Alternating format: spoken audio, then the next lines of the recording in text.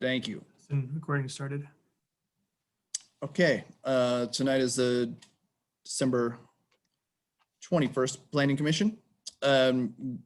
Without a chair, we do have a majority of a quorum for members present, and I will have we'll need one of you all to take control of the meeting amongst yourselves, elect a chair for the time being, or at least this meeting. So.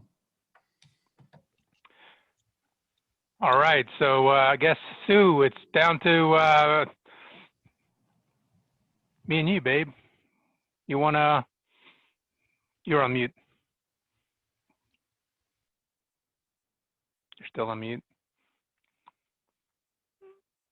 Hang on, you're still on mute. You can hear me, Dustin, right?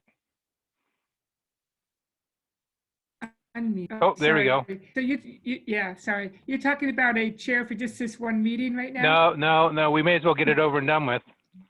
So we were talking about this last time. Yeah. Honestly, I don't care that much. I can do it, but I don't really know how to do it that well. I was by default filling in for Arthur a few times when he was gone. But Mark, if you want to be chair, and I'll be co-chair in case you're not available. Okay, that sounds good then. Let's do that. Okay. So do we want to make a motion there? Dustin, what's the procedure here to vote for a chair? I think you are correct in looking for a motion. All right. I think. I can make a motion. Sorry, Bill? Let me jump in. I think Dustin said we can't have co-chairs. We have to have chair and vice chair. So I think that's for motion making. That would be it. Okay. Is that true, Dustin? And do we need a vice chair, Dustin? You don't. It's not required. I think we had it before just in case we had somebody assigned. So there's only one chair position, but if you have a vice chair, that is certainly something that worked out when we had the chair absent. Okay. Sue, do you want to do that? Sure. Yeah. I'll do Okay. that. Can I make this motion, or should I have somebody else make the motion? I think Megan was going to make a motion. All right. Before clarification. I'll make a motion to appoint Mark Frost as chair and Sue Powers as vice chair. Do we have a second? I can second that. Amy, Am second? I allowed to second that now? Yes. All right. All in favor? Aye. Aye. Aye. Aye. Chair votes aye. Okay, I say aye. All right. Thank you for that. Do we have a script for tonight's meeting? We don't have a script, but I'll just kind of kick things off. We don't have a full public hearing tonight or any QJR, but so we could just follow the agenda if you have that available. Yep, okay. So I'll call to order the meeting and start with the planning director's update. So just we'd like to start off and introduce Amy, who is in my bottom right corner. Amy. Welcome, Amy. This will be Amy's first meeting. Amy, welcome to the Planning Commission. Feel free to ask any questions you have. If you'd like to do a quick introduction of who you are and do a quick overview, that would be great. Sure. I'm Amy Schlappe. I recently moved to Hood River in August, but I've lived in the Gorge region since early 2019. I have lived kind of all over the place. I'm originally from Phoenix, Arizona, and have lived in Washington, D.C. and Seattle, and actually abroad for a while as well. I have a background in urban planning. That's my educational background. The majority of my work experience has all been in transportation. I currently work at Columbia Area Transit, where I am the planning and development manager. And yes, I'm very excited to be here. I think this is great. Thank you for having me. Excellent. And welcome to the group. Welcome, Thanks, Amy. Thank you. Anything else, Dustin?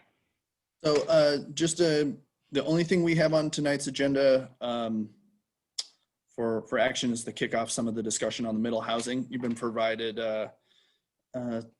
27 pages plus or minus of materials that have been worked on, and when you're ready, we can jump right into that. Okay. Let's do it. Go ahead. Okay. This is based on some of the follow-up of our discussion from 12/7. What you have in the packet is a number of prototypes of middle housing. This is an approach to code writing to where we reverse engineer from the end product into the design standards. This code, as I mentioned before, and code work comes from the 2020 City Council work plan to develop and diversify some of the housing stock and types of units that are available in the city.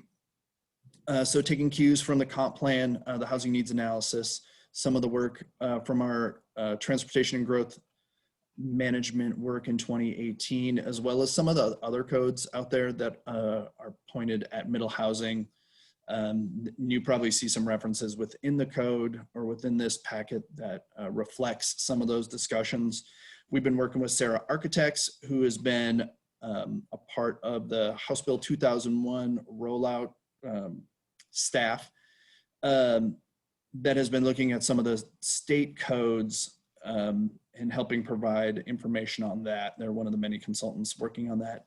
And House Bill 2001 looked at middle housing in areas in the state where it would be, some of the municipalities are required to provide it.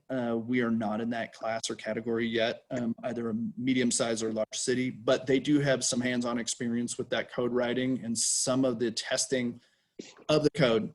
So they provide some valuable insight on some of the code that we've been developing for a Hood River centric or Hood River code itself. So I'd be happy to go through the code with you. If you have, I'd be happy to take you through it as a tour and some of the prototypes.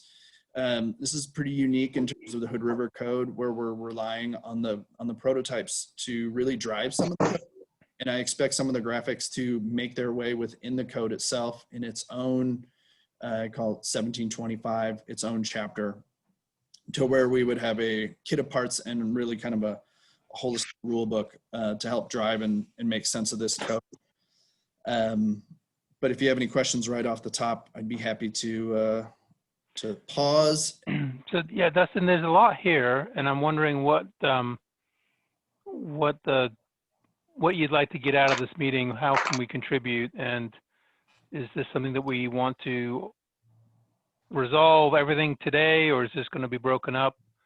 I don't know and do we want to have our audience participate in this discussion, get feedback from the public? So how do you see this meeting going down? First, I would like to have the commission weigh in questions and actually go through the information. And then if you want to have discussion points at the end for those who have joined in, be happy to do that. I didn't expect this to be a one and done meeting. There's a lot here. Leaning into some of the significant questions and some of the overriding pieces. There's some cue points for discussion that show up in this document. I think those are some of the areas that we were looking for input on that I think will be helpful. But if there's nothing right off the top, I'd be happy to go through it and kind of make some pauses as we tour the code and kind of draw your attention to what is, maybe it's some of its unresolved issues, commentary, or things that I want to draw your attention to. Okay. Dustin, Hey, yeah, go ahead, Bill. Yeah, can I ask a question? So I was going to ask a question very similar to Mark's. Process-wise, how do you see us going through this legislative process kind of from beginning to end, and where does this meeting fall in that process? So this point, then it's per code. Planning Commission on a legislative action will have a public hearing. This is not the public hearing itself. Okay. Make a public hearing. We'll send a recommendation to City Council. City Council also has a public hearing And at that point, they are the final say on legislative changes. So Got it. the workshop, I wanted this to be the workshop and get some points prior to advertising and prior to drafting the public hearing, which I believe is on tentatively for January 4th.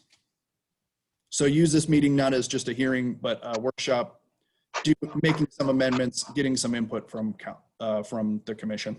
Okay, sounds good. More free flowing, less public hearing. Since it shows up in many, many places, can we just knock off the question about porches permitted in restricted front setbacks or side setbacks and things like that?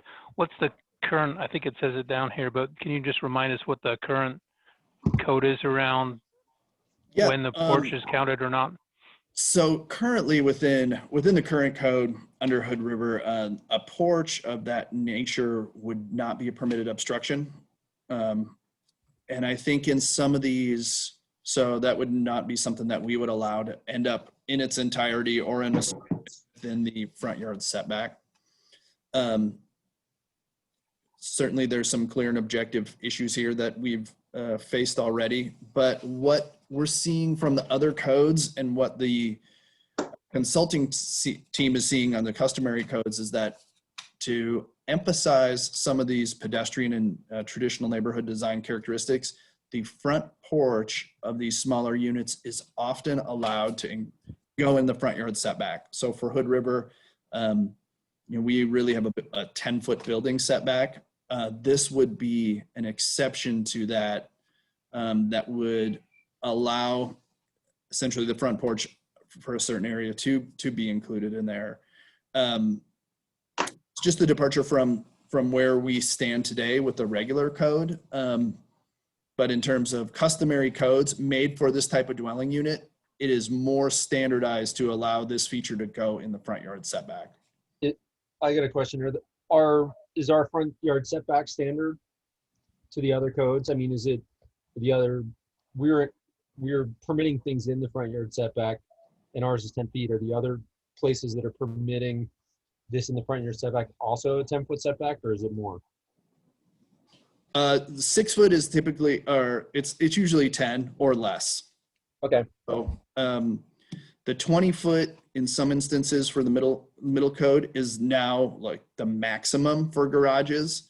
Okay. Foot is getting more and more standardized with this allowance. So our current code now would be more atypical for being 10 foot, nothing encroached. The 6 foot allowance now is more typical for municipalities using this model for this product type. How do we restrict it to this product type? If somebody had an R1 lot with a cottage on it that was 600 square feet, that wasn't, quote, this product type as a multi-unit development, how would you allow them to do a no setback on the porch? It was, you know what I'm saying, right? So if we Yeah, put it in the code, where does it ripple through? it would, so this code will be designed to be really kind of applicable to this product type. So if you're going to get, there's other products out there, your full-size single-family dwelling, your full-size duplex, your townhome code, this would not apply to that. So it's kind of isolated and kept separate. Mm-hmm. It's like a set aside for this. But if somebody had code that applied to this, such as a 600 square foot cottage built in this configuration that fell under this code, it would allow that. But certainly, yeah, the intent of writing the code is to not have these codes and these exceptions, these height restrictions, these restrictions be of general applicability to all uses, only this subsection of uses. So I think that's. Thanks, Sue. Mm-hmm. Yeah, I have a question, Dustin, on that. So if we have a back of 10 feet and we maintain that, but we allow a porch to be built on it, is there a limitation on the size of the porch? I saw some write-up about a limitation of the width of the porch, but I don't remember seeing anything on the depth of the porch. Having to be a certain size. Yeah, I think they said within 6 feet. So it would be something of, yes, it could be size restricted, it could be depth restricted, it could be allowed within a certain distance. When you say within 6 feet, you mean the depth of the porch or the remaining setback? It could be both. It could be a porch under 6 feet deep, or you could say a porch can encroach, but it still needs to maintain 6 feet from the property line. Yeah, okay. You could still Okay. set boundaries on the on how far it is able to go in and Okay. what percentage. Right. So it wouldn't be, you can have a porch, Okay. it could be unlimited size, unlimited height, Yeah. a balcony, you could say, the parameters and what can go in and how far there can be sidebars, and there should be sidebars. Mhm. Otherwise we Okay. will get 2 stories, all the Balconies, square footage. So, hot tubs. yeah. So I think, All right, any other questions? Well, You I gonna have share a your screen? more, Oh, I have yeah. a more overarching question, but I don't want, uh-oh. oh. I have a couple big picture questions about cottage housing. Okay, you want to get them out there I'll so just ask Dustin them. can, yeah, you froze for Yeah. a second there, Megan, so you're back. But do Okay. you want to Okay. get those out there so Dustin, you could talk to it Yeah. as we go through? Yeah. So December 14th was not only the day we had the vaccine and the electoral college was certified, it was also my birthday, but apparently the state's, what is it, the Oregon Land Use or Development Conservation, I don't know what they're, they voted to statewide eliminate parking minimums for cities greater than 10,000 to address middle housing. So I know that doesn't apply to us, but it's a big cue from our state government that that will help, I think, with this discussion.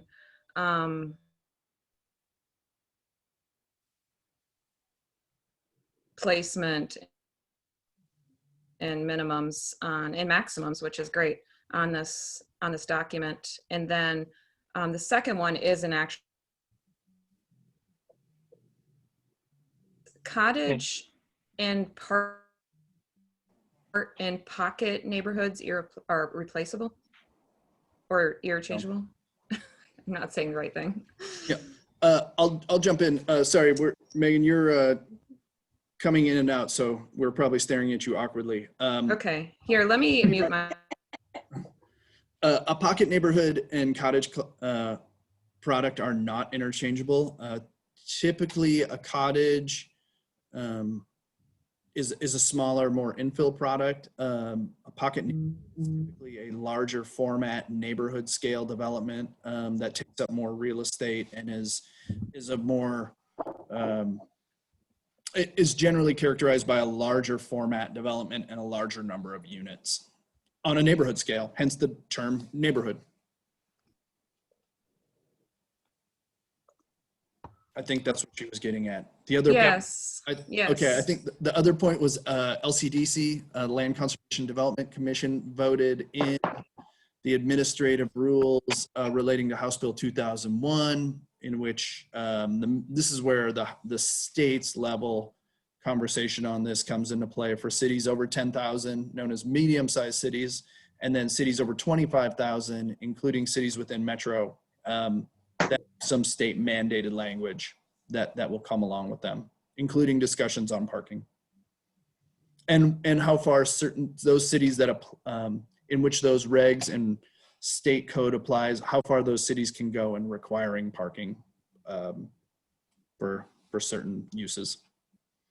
Sorry, I'm hoping that's what you were saying and trying to interpret. Yep, that's perfect. The benefit of the audience and the other members, so. That's perfect. And then one Hmm. Sorry, Megan, we lost you again. Man, Oh, you're back. Maybe. can you hear me? Now we can, yes. Go ahead. Okay, I'm turning off everything in my Better. house that's using Wi-Fi. So another central theme I noticed with cottage clusters was common space. And I was wondering if it wouldn't benefit us. You have a great breakdown of percentage of land use on each of these. It would be great to see the percentage dedicated to common space. Yeah, and there's discussion point in there too on how that's defined. So we dive a little bit into, is private common space the same as open common space? Is it the same as landscaping? So we'll as I go through it, there'll be a couple cue points we'll touch on there. Great. All right. You want to share your screen? Walk this Yeah. through.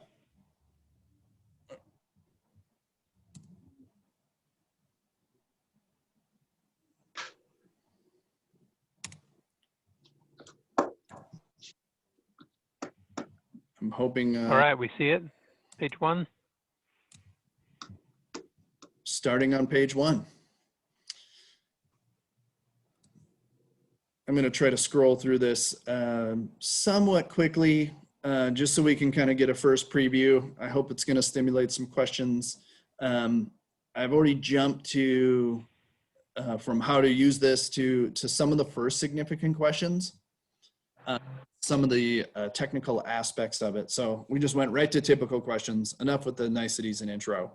But some of the key driving features on here and some of the themes that really inform the technical, some of the technical discussions are the limitation and the number of curb cuts. This can have a big impact on front yards and the perception from the right-of-way and from the public domain on how these look. They also can impact some of the pedestrian facilities such as sidewalks. As you can see, and I think as we mentioned before, the discussion of Wasco Avenue and how the front series of front load garages that often characterize some of the urban townhouse developments really started when we started getting more and more of them. They really dominated the urban fabric of how these things looked. And in looking at some of the configurations and prototype, there's a really concerted emphasis to limit the number of curb cuts, that we didn't see the front yards turned into driveways exclusively, that we didn't see as these units got laid out to limit that impact. Typically, you're going to see in a single family area or traditional neighborhood 0 or 1 driveway. So trying to play upon that as a design cue, and the neighborhood designs of 1 driveway serves the units. It reduces the general perceived impact or the perception of the number of dwellings. It's really kind of a form approach and design approach.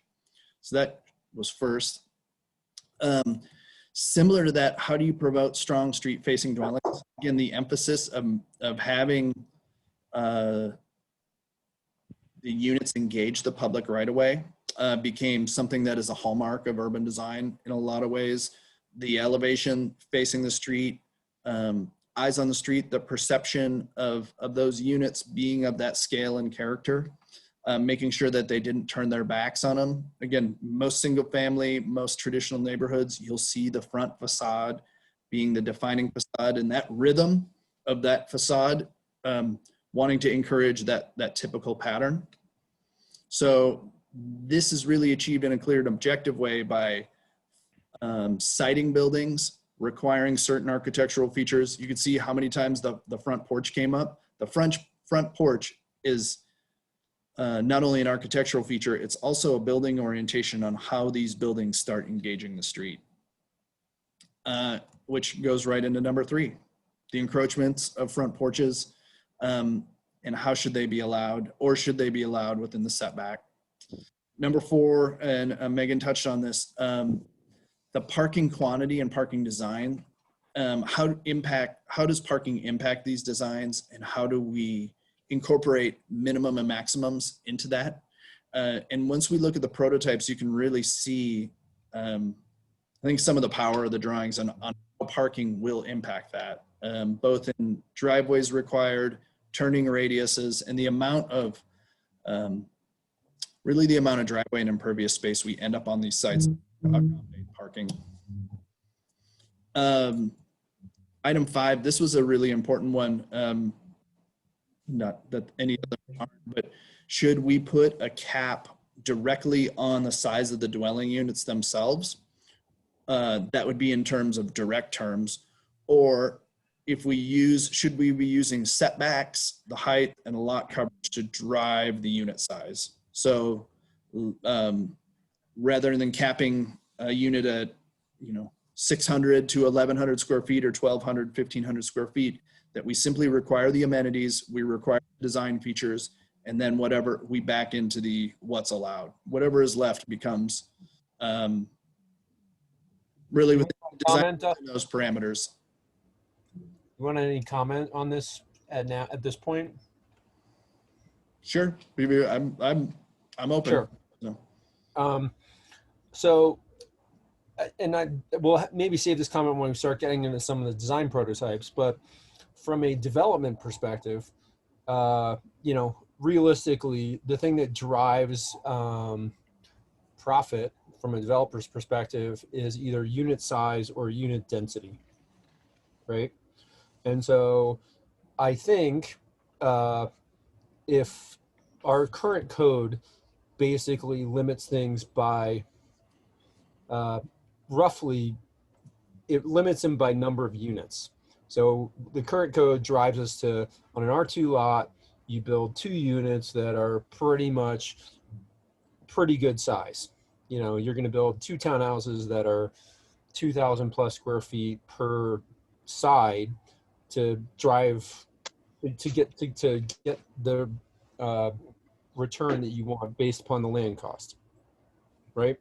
So I think if we're trying to incent some other behavior, then we have to do better from a profit perspective with this model code. And what that means is when I looked at the R2, the first example that you laid out, there were 2 units that were 600 square feet on an R2 lot. And I was like, no one would ever build that.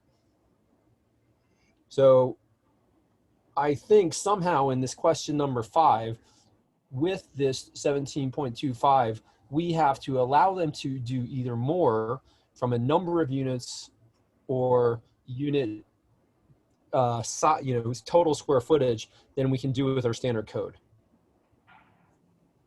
Does that make sense? Yeah. So the standard code doesn't put a cap on it, and I'll kind of circle that up. We'll set the parameters of setback, lot coverage, and height, and everything else becomes fair game.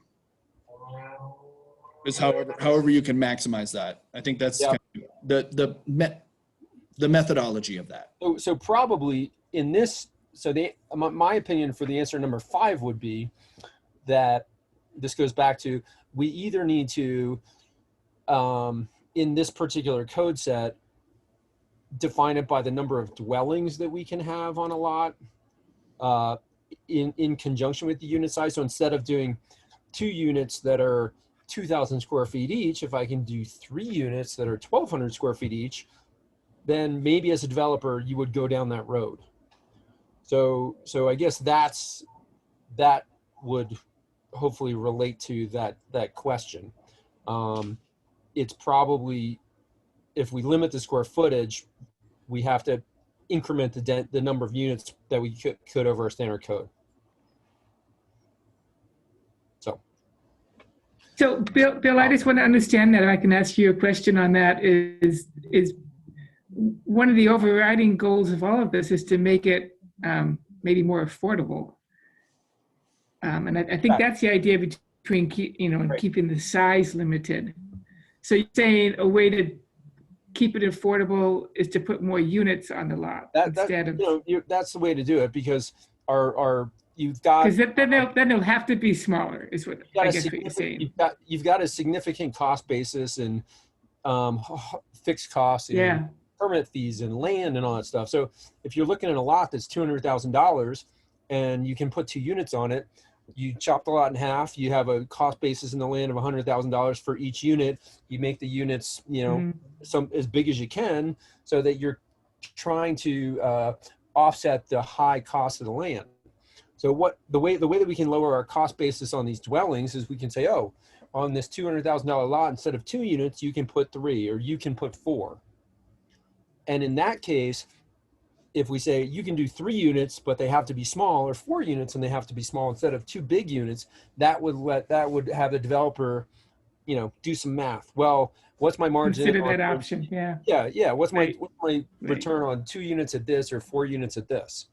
And Okay. that's what's going to drive the decision making from a development perspective. Yeah. Right. Thank you. And just let me I'm sorry, just one more question since he's a realtor. So what is easier to sell with the finished product? At this point, there's no inventory of anything. Anything under, literally, I mean, there was something that listed for 900 and something thousand, and there were 10 offers on it in a week. So there's no inventory of anything currently. And anything that comes on the market under 400 or 500 is sold in days with multiple offers. So it's any of these products will sell, I guess. So it really is going to come down to, there's demand across the spectrum, I guess is a good answer to your question. Okay. Yep. Okay. And then I think moving on to item 6, if and how should open space and landscaping standards apply? This is what Commissioner Ramey had talked about, is how do we define those? How do we program those into the code? Are they the same? Are they different? Do they get programmed individually, or there's a number of approaches, and you'll see some of them in there. Current code right now doesn't have any landscaping requirements on our permitted uses. We deal with lot coverage until you get into conditional use standards and multifamily, and then you start picking up percentages, and you'll see that in the code later that talks about flat 20% landscaping.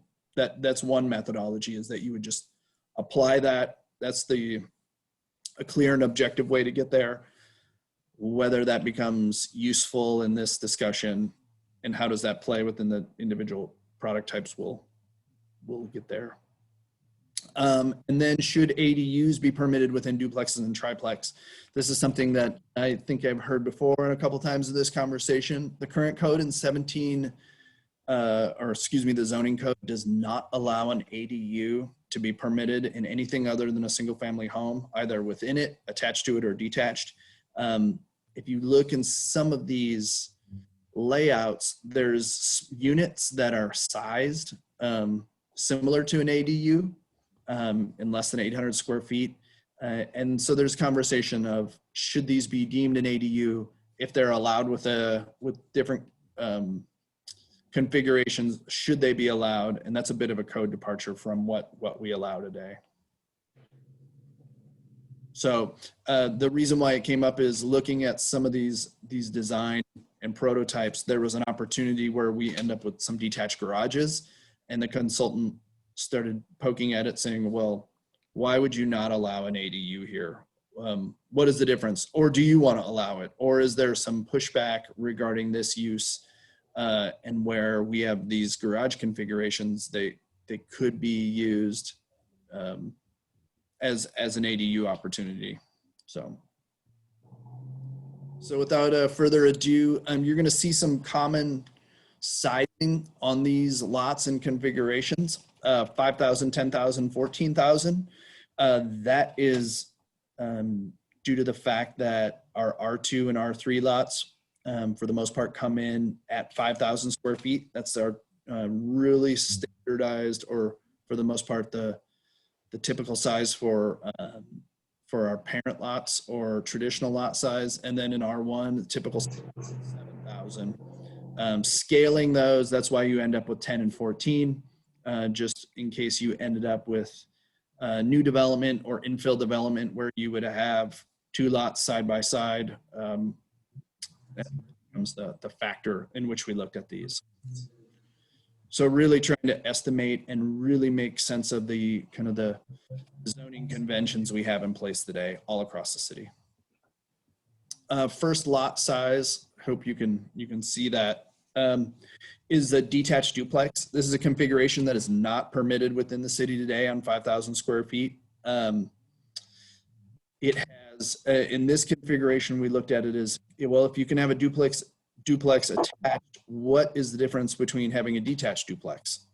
It's not a number of dwelling units. It's not a density characteristic. It's just a housing type that you don't see and that we don't allow. We just haven't allowed it.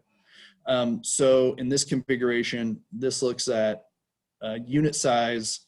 Now these are 600 square feet, just for illustratives. So it's a convention that I know Commissioner Irving just mentioned as probably, probably something wouldn't be desirable because of its footprint. And because the lack of opportunity, or because you could maximize doing something else in an attached configuration. The lot coverage is the combination of the structures and the driveway parking. So the difference would be, this would be 52% landscape open space in this current configuration. I think what you will see in some of the commentary is that the consultant definitely had recognized there is more headroom here, both in square footage. You could go vertical. There's more real estate to work with, depending on what the tolerance or sentiment was of the city. So this is what this project looks like in plan view. 600 square feet right here is a single family. So you can see other configurations of 1.5 stories where you start building up the footprint, or 2 stories where you double the footprint as gross floor area. Dustin, I have a question on the drawing. Mhm. I assume the parking on the rear dwelling is just to the side of it, right? That's correct. So the cut is straight up and down, and that particular homeowner would go straight in and straight back out all the way out? I mean, That are turned in the other space in like a T-turn. okay. So yeah, So- head in, back out. Not uncharacteristic of of somebody who has a traditional driveway in their rear yard to back all the way out. Yeah, that's right. That's right. I just couldn't quite picture it. No, it's Okay. again, this is, you can see the emphasis of a single curb cut here. And then the scaling, putting a single family look or a scalable product at the front. So, but again, you can see there's more room to work with, both in height and in generalized floor area. But this looks at least what a 600-foot plate would be on these areas. So if you went 2-story, you could end up with 1,200. Again, it's just not this would not be permitted by code today. So just an alternative in terms of what could be done in our R2 lots other than townhouse and attached duplex. So let me jump in on this one, Dustin. So this goes back to this is one that I had my kind of really specific comment to. So from a valuation perspective, when an appraiser shows up and, basically everything's related to standard appraisals realistically, because most people are getting bank loans. The way a standard appraisal, Fannie, Freddie Mac appraisal works is it is a dollar per square foot valuation. So they look at, the last sales that have happened that have been with plus or minus 10% of square footage, similar age homes, similar number of bedrooms, bathrooms. They figure out a average dollar per square foot for those sales. So, you got 1,000 square foot house that sold for 400,000, that's $400 a foot. And then when they're going to value the subject property, If it's 1,100 square feet, then it's going to be $400 a square foot times 1,100. So when I look at this, I don't really, I mean, I think it would be attractive to have a detached option on an R2 lot, but there would be no reason from a financial perspective to build this, because you're with the square footage limits here, you're not going to get the valuation out of it that you want from a development perspective. Yep. And no, they just won't get built. So I would say, if we want to make this, we need to make this more compelling than putting 2 townhouses on this lot, or equally compelling as putting 2 townhouses on this lot. So how do we make this equally compelling? So we have an option A or an option B, because this is not an option. Yeah. So that's where the code isn't written to cap 600 feet here at this point. This is just used for illustrative to stimulate this conversation. Yeah. Okay. So this is not, it's going to be 600 feet. This is what 600 feet looks like.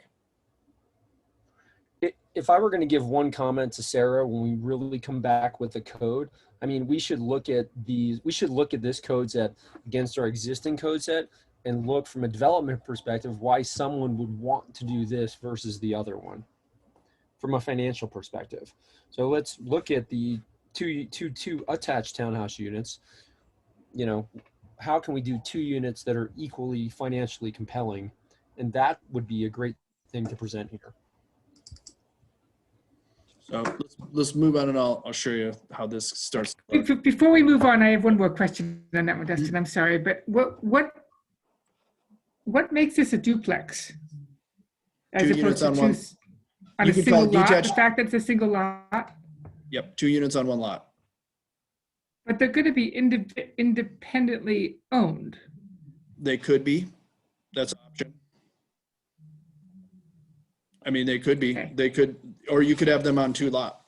I mean, does the fact that they're touching together really? I mean, we have detached duplex definition now. It's not a.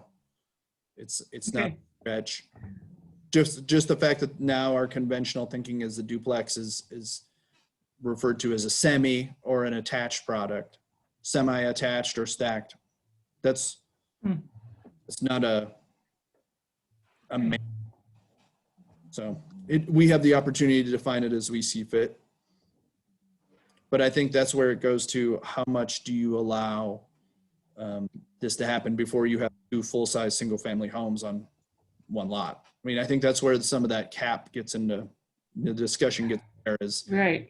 at what point do you just have 2 houses on 1 lot? But I think, to Commissioner Irving's point, I think he raised the issue of looking at the amount of volume that you could essentially build with your attached duplexes or a house or a single family home, and breaking it down into this. So allowing the square footage to be basically divided up into different configurations, Mhm. setting an artificially low bar on this. What's the current maximum lot coverage for a R2, R3? 'Cause I know that's part of our, what we're looking at is part of the omnibus updates, but what is it today? Yeah, I think anywhere between 48 and 53, depending on whether you have front yard, front-loaded garage, whether you use permeable pavers. You're going to recall that conversation. So, Yep. That, I think the key though is, remember, none of the lot coverage really takes into account that 3rd dimension of height. So whether you do a single family or single story home, if you go vertical, it doesn't count against lot coverage. So I think that's part of the conversation that was mentioned in terms of capping the square footage has an impact on, or makes maybe a negative disincentive as compared to allowing the vertical aspect to it. And you could see that in the marketplace. I mean, we could see that in the townhouse development when, volume and square foot, nothing is left off the table. Mm-hmm. Dustin, can I make another kind of general comment or question that would help everybody process this a little bit? I think it would be interesting for us to have like a chart side by side that says, here's our standard R2 code and R3 code. Here's how this lines up against it. You know what I mean? Where you've got your little, your layout of here's the cheat sheet for each one of these. If we Yeah. could do it in a columnar format that says, here's how this lays out, and this is how this lays out against our current R1, R2, R3 standards, and we could just, you know, make it into a little spreadsheet. So as we look at each one of these, we could see how it relates to those things. And Yeah. then probably one of the things that we could do that we have not yet done that would also help would be that volumetric discussion. So we should take our R2 standard and say, okay, if you have R2 standard and a 43% lot coverage, that gives you this much building area. If you build it up to this much, this tall, you get this volume of building on this lot. How do these examples compare to that? Yeah. That would be a good graphic. And I think there's market analysis that'll help. But there's also something to where are we satisfied with the outcomes of those things? I think that's there's a balance there too, of acknowledging the market will not accept this. Also acknowledging, if we're using that as the bar, is that the metric that we want to subscribe to still? Understood. I'm kind of saying, I look at some of these things and I was going back and forth between our current code and this. It's like, okay, our current code lets someone do this. This is this. So I think even with each one of these little prototypes, just a little quick glance to say current code this, as we go through these would really help people. Yeah. Once we get to the chart, I'll point out where we could probably enter that real easy for discussion or side-by-side analysis. So similar R2, R3 depiction. This is what starts to happen when you start attaching units. You can see this is an estimate of what happens when you do a duplex and then possibly an ADU. It's very similar to the two units. The footprint changes a little because the second unit has its own parking space as well. Lot coverage does go up a couple percent on this, probably about 200 square feet roughly, to accommodate the second parking space that is in between the units. Another thing that we looked at is we really estimate that nothing is going to be built in this smaller unit profile that's stacked. We just assumed everything is going to have some ground space. Nothing is going to get stacked on top of each other. The market doesn't seem to be adapting to that. A condo product at this scale doesn't really seem to be getting traction out there. So when we started looking at these units, we assume everything is going to have some ground presence. Similar thing, street facing dwelling on the front, open space between the units. We can get back to our porch conversation again. And this kind of begs the question of, would the city allow it with a duplex and ADU configuration? I'm trying to look at this, and this you can see the now you're looking at what a two-story would look like on this, and it really starts to you can use your imagination on what two individual dwelling units would look like on there as well.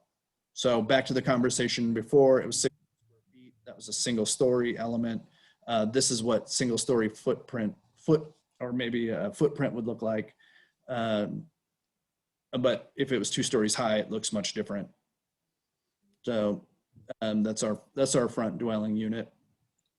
As you can see, that the internal dash lines are the dash lines that start indicating the setback rates. So you can see that front porch is shown within what is now our typical front setback. So this one is a spot where, okay, this actually allows a developer to do something more than they can do right now from a number of units. And in an R2 zone, you can only be doing 2 dwelling units here. This one, you can get 3. And if you limit the size of those 3, like say the ADU's got to be under 500 or 600, and we start to limit size, we get more dwellings. This kind of thing seems to make sense. from a development perspective. And I would even advocate maybe when we get into our denser zonings like R3, that maybe you even have something like this that is a stacked unit in the back as well, 2 and 2. I mean, I'd like to see a graph of what that would look like and whether we would want to consider that in the R3 zone. So four in the R3. Yeah, Or- there's that duplex unit that Joel Knutson built up in the Heights. That's basically a stacked duplex on a 2,500 square foot lot. That this would be, 4 units on a 5,000 square foot lot. I think that would be an interesting analysis.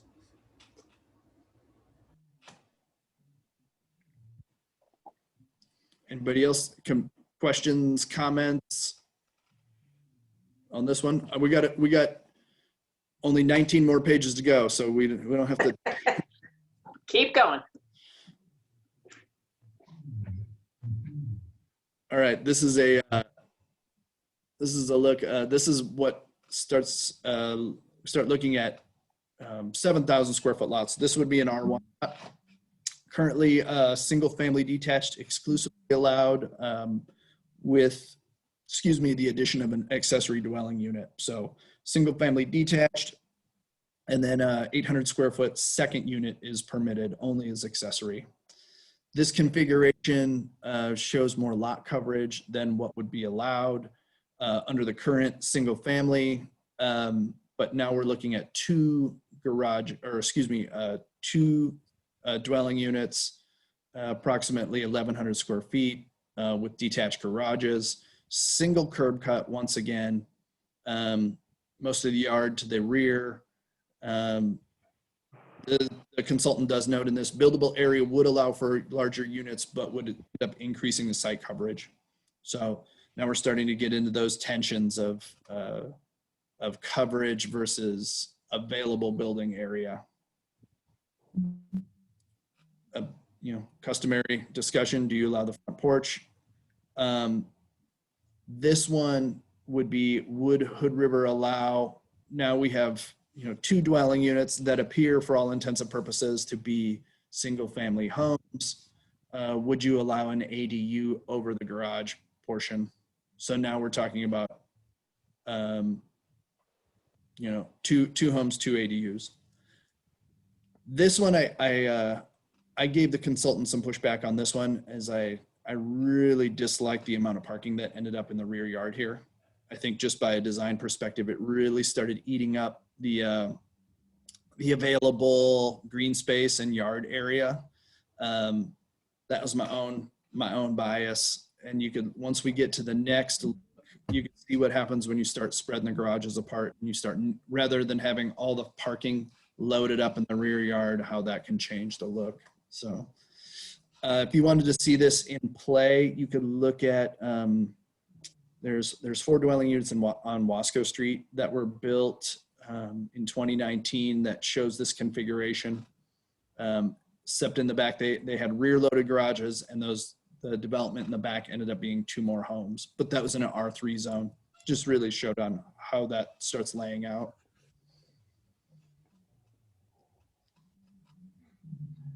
At this, here's the alternative. Now this becomes, you can see this is same number of dwelling units, same garage size.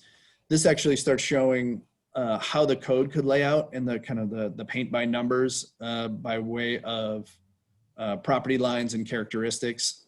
This coding A, B, C, D, E are characteristics that that match up with the charts and code. And I think it's a much more user-friendly code layout.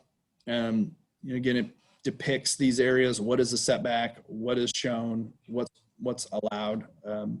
So this is in here to help illustrate how, the suggested code layout is. And rather than long form narrative, it's really more coding by numbers and depictions.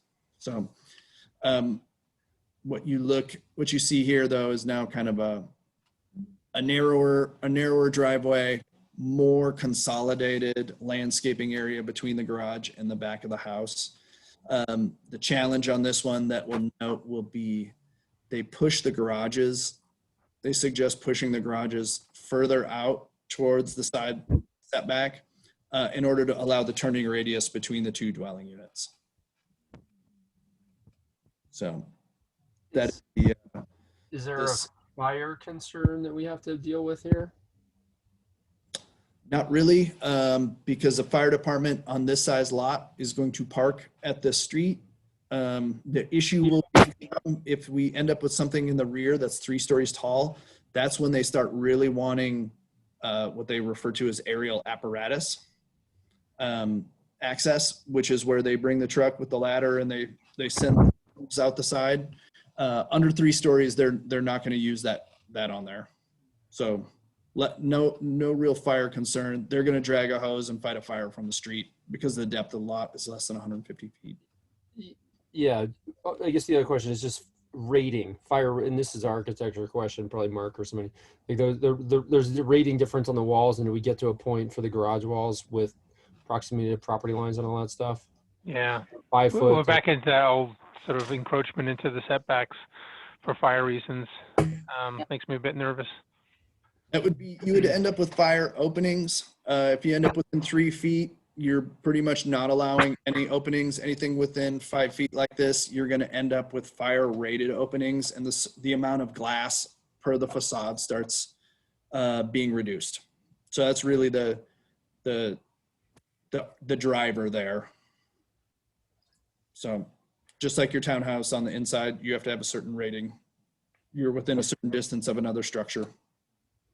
So. I mean, this is a good illustration for me of, I don't know, I'll say the danger of putting all this stuff in the backyard, right? Because right now you have kind of this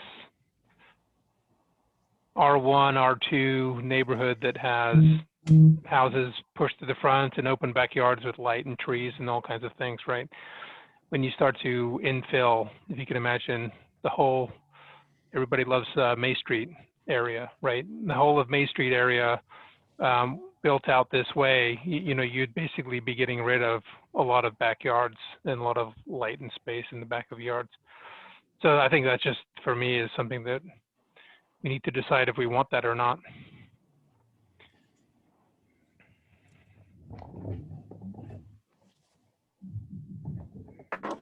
We keep moving or wait? Yeah.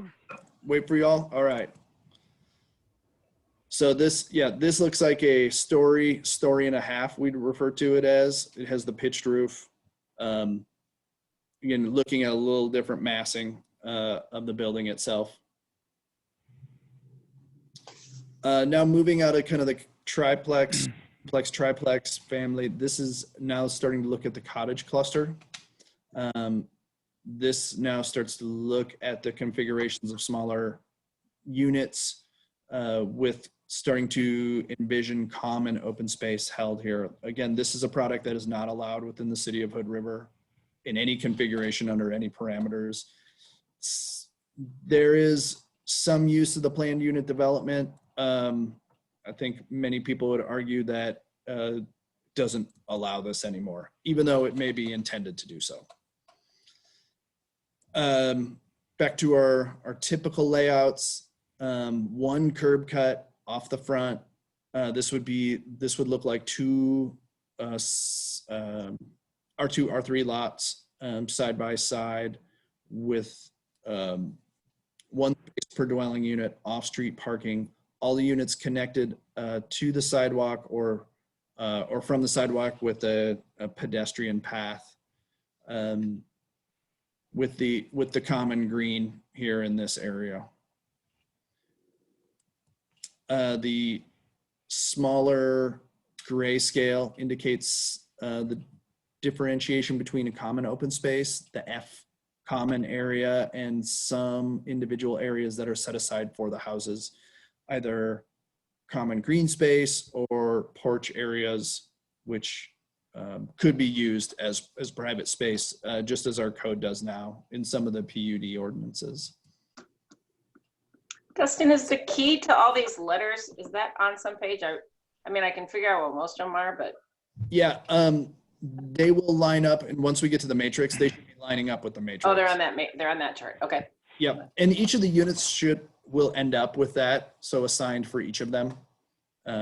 You just follow the matrix down, and they'll be assigned to, setback, rear setback, J rear setback, A cluster size, G front yard setback, Okay. with some parameters and sidebars to them. Justin, this is the first one that I thought gets to the heart of middle housing in terms of everything I've read about it, in that the parking is, if there is any, it's always at the periphery or in the back, not visible from the street, and the parking is not used as a division between the homes, and the resident is expected to walk through the common area to get to their home, which increases the likelihood of the residents talking to one another. And then I also read that the private area of each of the units looks exactly like this, where you have it as they have their private space near their home, and it's used almost, instead of parking, it's used as the buffer to the common area. And so this is the one that was the best example, based on anything I've read about, as the goal of middle housing. Yeah, we're starting to get into cottage here. So, I mean, with the other product, none of that is really a cottage code.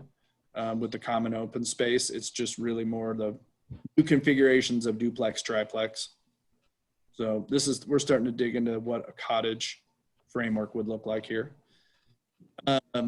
Image coming soon.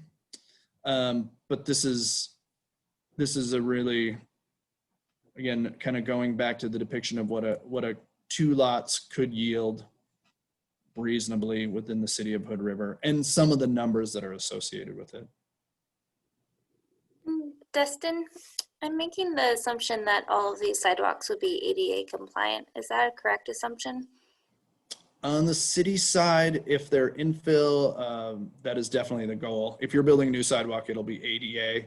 On the other side, that it would definitely be the look. The intent would be to have ADA accessible walks.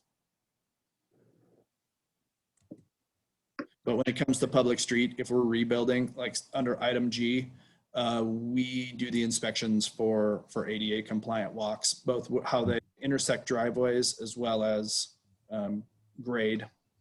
With some practical design difficulties accepted, Hood River being, not like Kansas, there's some real grades from point A to point B that we'll have to work on.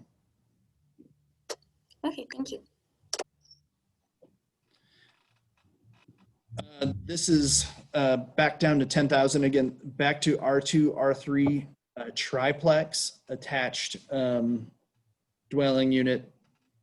This one's back in, again, looking at a single curb cut. How does it serve multiple units? And it's a configuration that we really don't see too much of now. 3 stacked from front to back.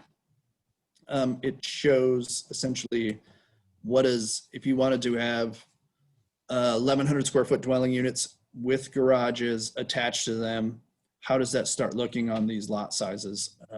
The amount of mass, coverage, and again, looking at this as all that's being attached by pedestrian walkways, and as well as a single consolidated driveway serving all of them.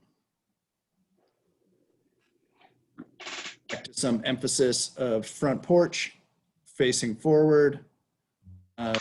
Right now, each of these would be entitled by right to be 2 duplexes. This is what it looks like if you end up with 3 dwelling units attached from front to back. Questions? Enough open space in this? Should porches be allowed? Excuse me. an opportunity for fee simple divisions. So, That one starts to get a little weird where your porches are facing out and you could have a neighbor right there, right? So the next lot, like I'm thinking of the side yard, not, well, I guess, yeah, well, it could be a corner situation, but if it's an infill of 100 by 100, you're going to have houses on both sides with this weird porches facing your neighbor, right? yeah, whether it's side yard or backyard porch, it's an architectural feature that kind of steps down, definitely towards the front yard. Again, that's that traditional neighborhood design. On the sides here, I think part of the emphasis is to provide people an indoor-outdoor living space, and kind of consider that as an essential architecture feature. It does start looking out the side yard though. Mm-hmm. So Dustin, are all these various examples you're showing us, are these all assuming one parking space like per unit? I know that that's one of the things we're going to discuss, but I mean, in terms of the examples, it seems to me that when we discuss parking, that's essentially going to reshape all of these potential drawings, because if we decide, you know, to require one space or no spaces or whatever, I mean, so much of this, such a big piece of this jigsaw puzzle is driveway and parking, and that'll obviously change how many options we have. So I'm just curious that when we look at all these examples, are they all based on one parking space or garage per unit? One per, yeah. Not necessarily garage, but one space per, one off street per unit. Right. Okay. These right now would be 1.5 per unit. The duplexes would be now required minimum of 2 per unit. So. Right, but these drawings are reflecting. These drawings reflect a 1 per on. Okay, thank you. There might be one that comes up pretty soon that has a 0 parking space on it. And I think that one is it's been, just left it in the deck to show you what it looks like. Not really contemplated as for further development, but it definitely drives the design. So. Yeah. Yeah, I echo Tina's sentiment. It completely changes the look and the feel, and just the priorities of the design. I mean, you're trading outdoor space for asphalt. So, but thank you, Tina, for bringing that up. We'll have a lot to discuss on that one. Yeah. Actually, so this one got left in. This is what happens when you do 2 curb cuts. So I think here's kind of playing on that point is if each of these 3 flats have a curb cut, you end up with driveway space on the outside here from the street and a driveway space here, leaving the common court in the middle. So this one, I think the amount, I think we ended up having so much lot coverage so quickly that I didn't ask the consultant to really go any further in evaluating it. But I think this raises the point of what happens when you have multiple curb cuts, how quickly and how dense this thing becomes and how much coverage there really becomes even faster. So, however, it is a viable unit elsewhere. This would be some of the courtyard in the middle, the attached courtyard cluster. Again, with 2 curb cuts, it starts making it, doesn't render a whole lot of open space to it.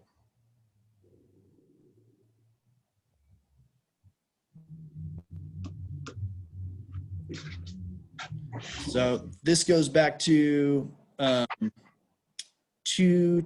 This is our 6 detached cottage style units or small units, each of them with a garage and a single curb cut in the middle to where you have space in between them. But the center is the garage court. This would be an infill for R2, R3, where you're now allowed 4 dwelling units. This would be a 6 unit. So this would be like a detached triplex. All the sides have your side facing, or excuse me, your pedestrian walks served from front to back. The front 2 units, again, give more the size and style of your, your typical single family home infill development, with the other units extending to the back. So, yeah, each of them having some sort of front porch, front entry feature, but it being moved more towards the back. 10,000 square feet, and really no common open space set aside in this one. Just spaces between the units in the form of yard areas.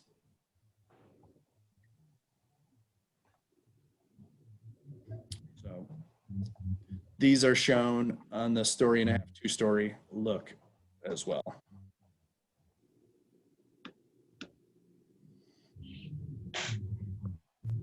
Anybody before we move on? Only, what do we have?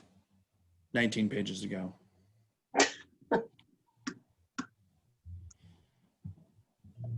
Similar thing. This is again another look through when we start looking at these things having their own curb cuts. Again, back to the configuration on how they get clustered and how they start seeing the driveways really starting to eat up all the real estate here. So with the driveway, with the curb cut, for each of the units, you lose a lot of ground on the outside, to where the other units are biased more towards the outside. You have your pedestrian walkways, the driveway in the middle. This one with the driveway on the outside starts to push the units together, and your setbacks grow essentially on the outside, but they grow with driveways. And this is what the look is in plan view. Quick question: are driveways allowed in our current setbacks? Side Yes. setbacks? Yep. Yeah, there's no limit on there on the side setback. There will be limits on parking, but not necessarily the driveway. Thanks. Again, not sure, that is not everyone's standard, but that's our standard. This is now looking at a 14,000 square foot plate, 2 single family low density residentials in place. Starting to see the common space here, multiple offsite parking pads. This drawing needs some updates, but again, starting to look at the private space, again, more of a cottage style layout for these units. This is kind of how it starts to build around a common middle space here, parking spaces at this location. There was 2 that showed up here that I don't think we're going to necessarily even try to entertain that. And one thing on all these drawings, they're all, few of them are considered to be corner lots. I think our prototypes are more of mid-block lots. You'll see a lot of the design show up as corner lots, which is a great amenity if you have that opportunity. I don't think we were necessarily looking as having that corner lot opportunity. If it does, there's some really great configurations that you can do with side loaded access, 2 street frontages to work from, 2 architectural features that look out. But I think we needed to look at this as an infill, and the corner lot and the alley loaded lot would be the exception to play on, not the norm. So, but I think this one shows some of that. And I think Commissioner Frost, into the architectural features on the other one, how it would work on a corner lot maybe might have its challenges if it was infill facing the neighbor.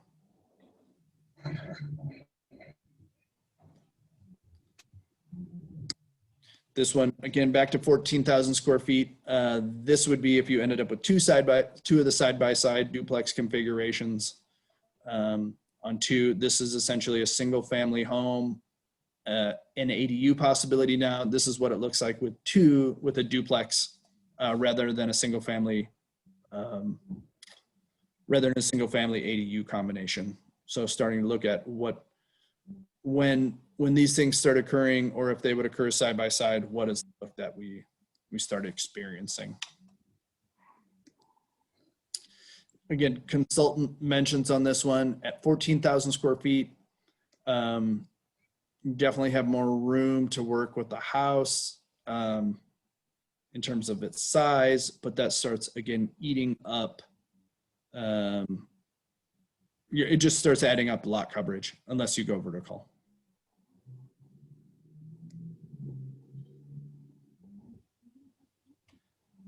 But yeah, this is what 4 dwelling units on 2 single family home yards would look like now.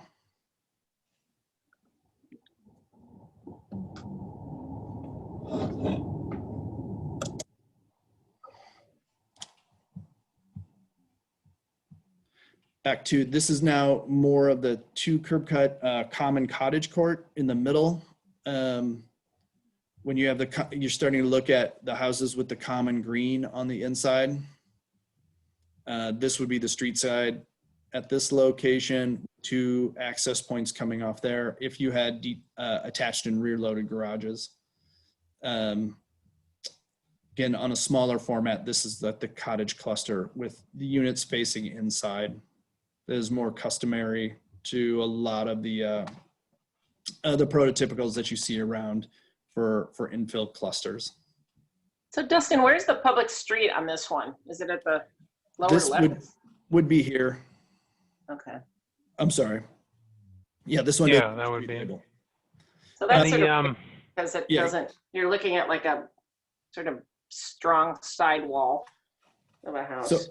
So I think that's one of the features on this one. I would definitely go back to recommending that if the units that front the public street would need to have its architectural features facing the public street.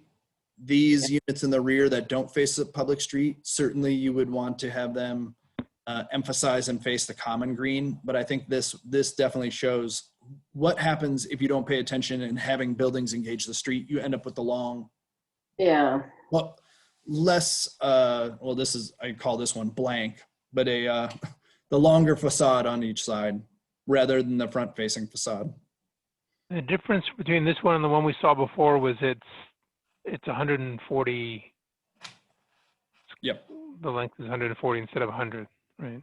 Yeah, this is the difference between what a 14,000 square foot versus 10,000. So I think that shows that tension of when getting to 10,000 square foot, if you want to have off-street parking, if you want to have this many units on there, you start really starting to feel that crunch.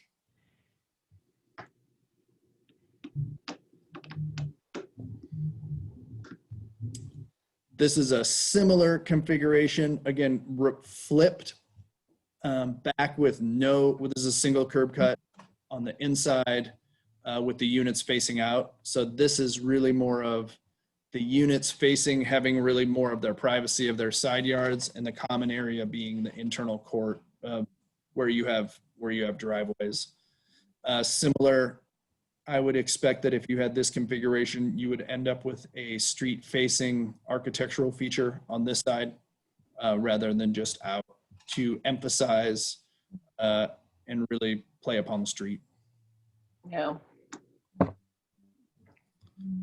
This is more of what you see, kind of the not atypical to townhome configurations where you have the single center loaded court for townhouses and they face outside.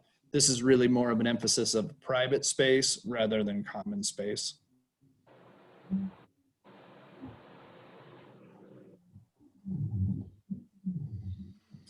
So into some of the design standards, I would encourage you to read through this and start looking at it. I've taken some notes from you all on the front end and what you would want to dive into. Here's some of the kind of the assumptions that we start working on in terms of what does the city code require. You know, when it comes to parking regulations, I've kind of peppered this throughout the way, but things that aren't regulated, things that may, again, assumptions between how do we regulate these things? Do you regulate by size? Do you regulate by landscape and back into it?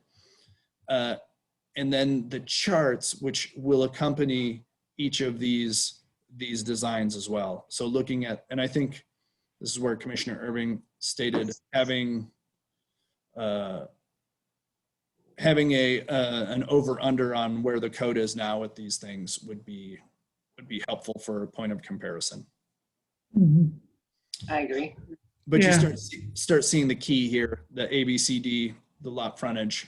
Oh yeah, that's where they are. Okay. Opportunities for us to fill in the blanks.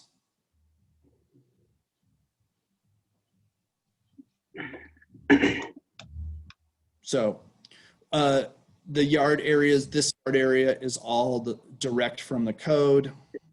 Now building height direct from our code. This upper grade to eve is a placeholder. We don't really prescribe that at this point. This is all direct from the existing code. Spaces, maximum, minimum. At this point, we don't mandate any maximum code requirement, a maximum number of spaces, but you could see in these instances where that can be very helpful in order to try to design to a certain outcome.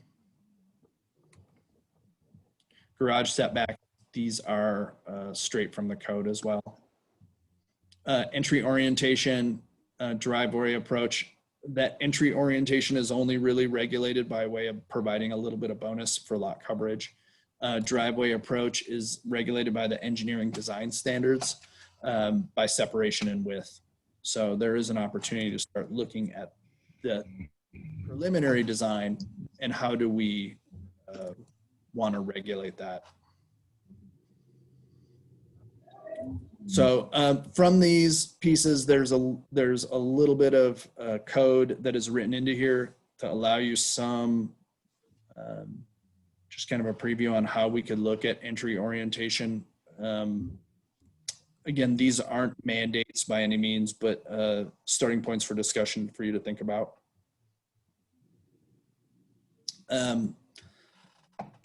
Very common is maximizing driveway or putting an upper limit on driveway width. We have an upper limit now. In some of these instances, the upper limit is brought down to really to reduce the presence of driveways and the amount of pervious surface that we end up on these particular lots.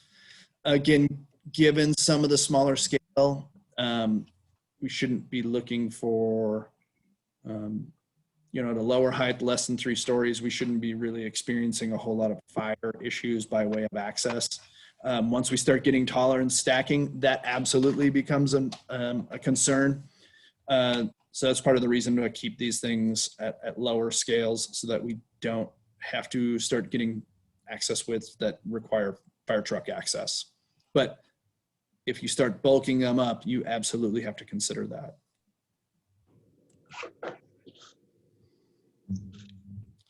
So back to driveway widths. Some of the discussions about lot coverage, unit density. So this is some of the commentary that went behind some of the drawings. We wanted to make sure that you see some of the math, like we didn't just end up here without conversation and some of the tension of going back and forth and unresolved issues. But a lot of this plays into the assumptions and how some of these items fit together. You'll also see in here a lot of times what has become customary on the parking regs. 1 space per dwelling minimum is now typical and customary. That's also for medium-sized cities. That's the max for a duplex now. That's a state mandate. Again, that doesn't apply to us. But it is, again, becoming more of the industry standard. Yeah, and here's this is kind of another breakdown for the cottage cluster. Again, something we don't have in place now for the code. This is really kind of a complete breakdown of all maybe the codified clear and objective standards that would go into this. So all laid out in one chart. Again, I think this is a really handy way to communicate clear and objective standards. And having these associated next to a design with as well as a code that's laid out like this, I think becomes really helpful in communicating some of the design parameters and some of the code administration.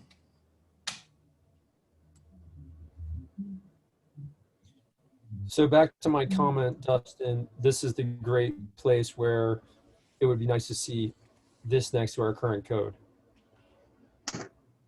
Yeah, Right. This one will be a little tougher than the first ones because I don't have an analogous code for cottage cluster. So Yeah. I mean, but just the format of this. Yeah. Yeah. Yep. Back a page. Yep. Yeah. Front, back, clear and objective is the key to this. This also starts pulling from other parts of the code when it comes to bicycle parking. Again, bringing in some of the engineering standards and this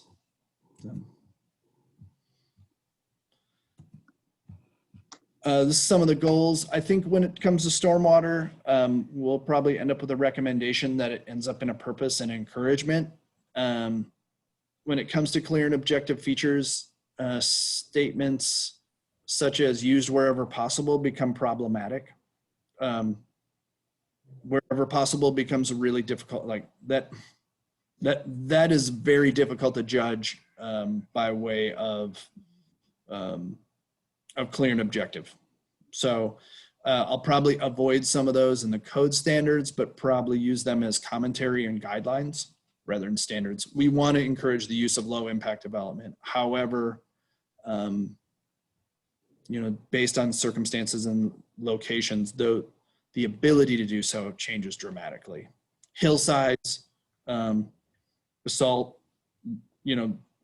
geology can all really drive how these things work.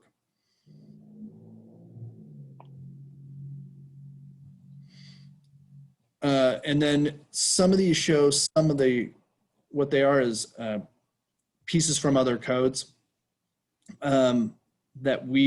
this is kind of loading into how the code becomes populated with some of the narrative. But they're not all to be included. So, but some of the assumptions like parking and driveways do not qualify as open space. That is a good thing to have in your code if you do not intend to have somebody start qualifying their parking and driveways as open space.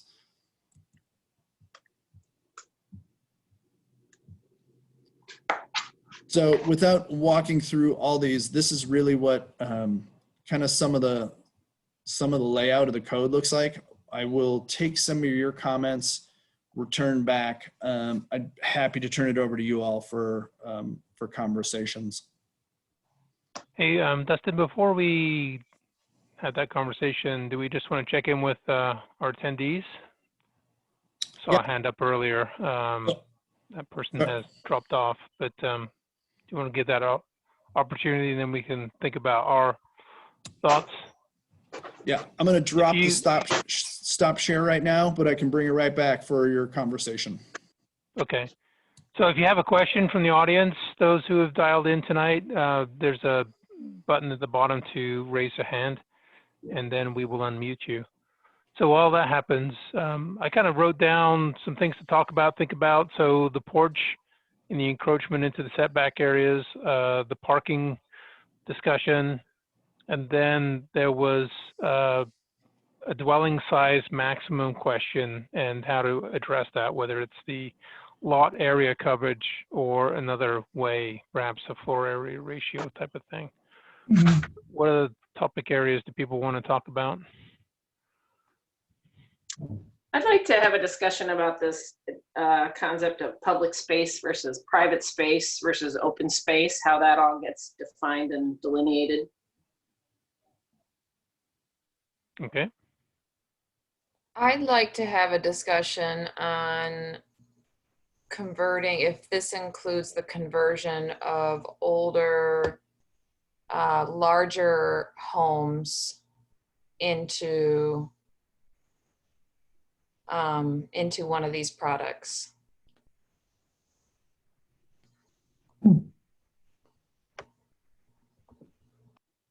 Interesting. All right. Any other, I don't see any question. I don't see any hands up. So why don't we dive in? Anybody want to pick a place to start? I can go back to page 1 for you. I think that was the list. That was the Yeah. list of the top 7 things, and I think you pulled 3 of them right out of there. So I can share that, and you could dismiss or bring them back if you so fit. So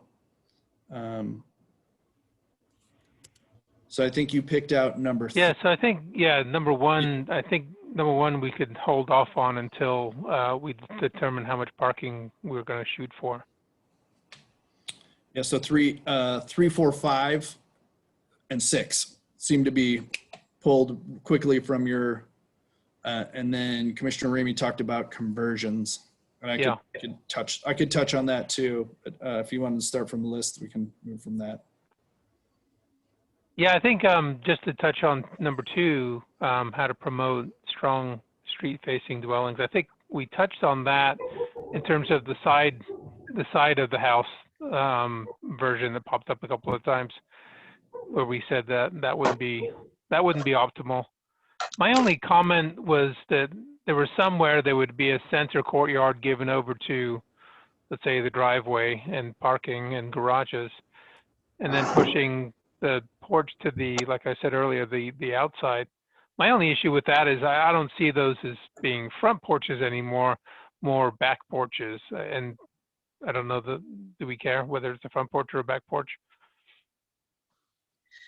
I think that raises a really interesting kind of fundamental question about what are our priorities for cottage housing. I mean, I know we're all obviously talking about coming up with a way to have housing, be within reach of more people's income. So I think that's obviously a priority. But when you hear cottage housing, you hear a lot of discussions about, creating community and that it's great for seniors. And I understand those are all valid points, but do we as a planning commission want to go down that road? I mean, I think, for some people that might be very important. Maybe if you're a senior, you're looking for that kind of community. But frankly, I think a lot of people in this town are just looking for a place that can afford it. They might not want that kind of interaction. They might want all privacy. So I don't know that we should really go down the road of sort of mandating this forced interaction among people that, maybe back porches are fine.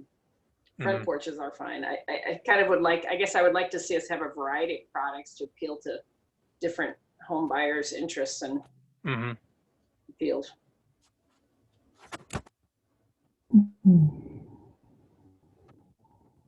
Okay, so I think that's slightly different from the front street facing dwellings. Okay, so why don't we start on number 3 then? So what are people's thoughts on the encroachment, the porches encroaching into the setbacks, and we may as well have everybody's opinion on the garage option where that popped into the setbacks as well. So why don't we jump?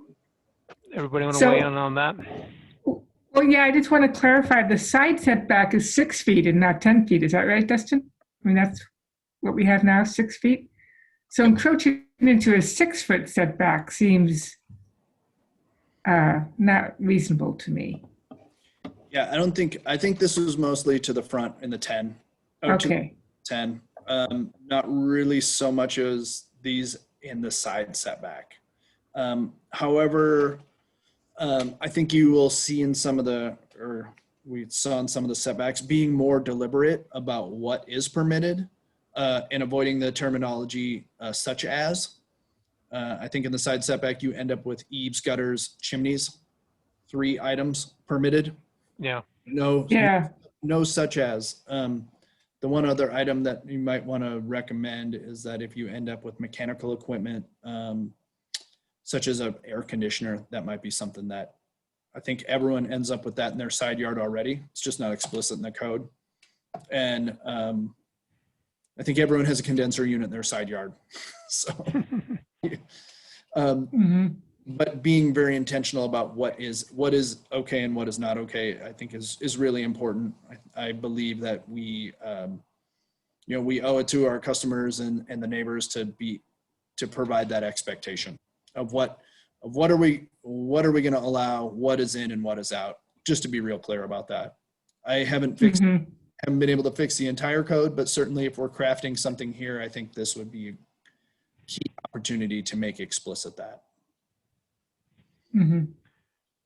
So I'm not okay with a blanket, all encroachments are okay in setback areas.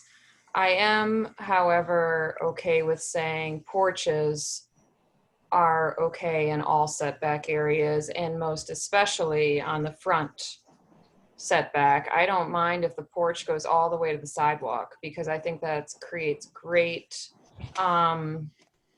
conversation and community. So I have no problem with the porches encroaching on setbacks. Yeah, I think we have eave, gutter, chimney. Those are the explicit allowances right now, with the exception of the porch in the front yard. I mean, that's the kind of carries its own category. But I think Megan is saying a porch on any side, right, Megan? Yes.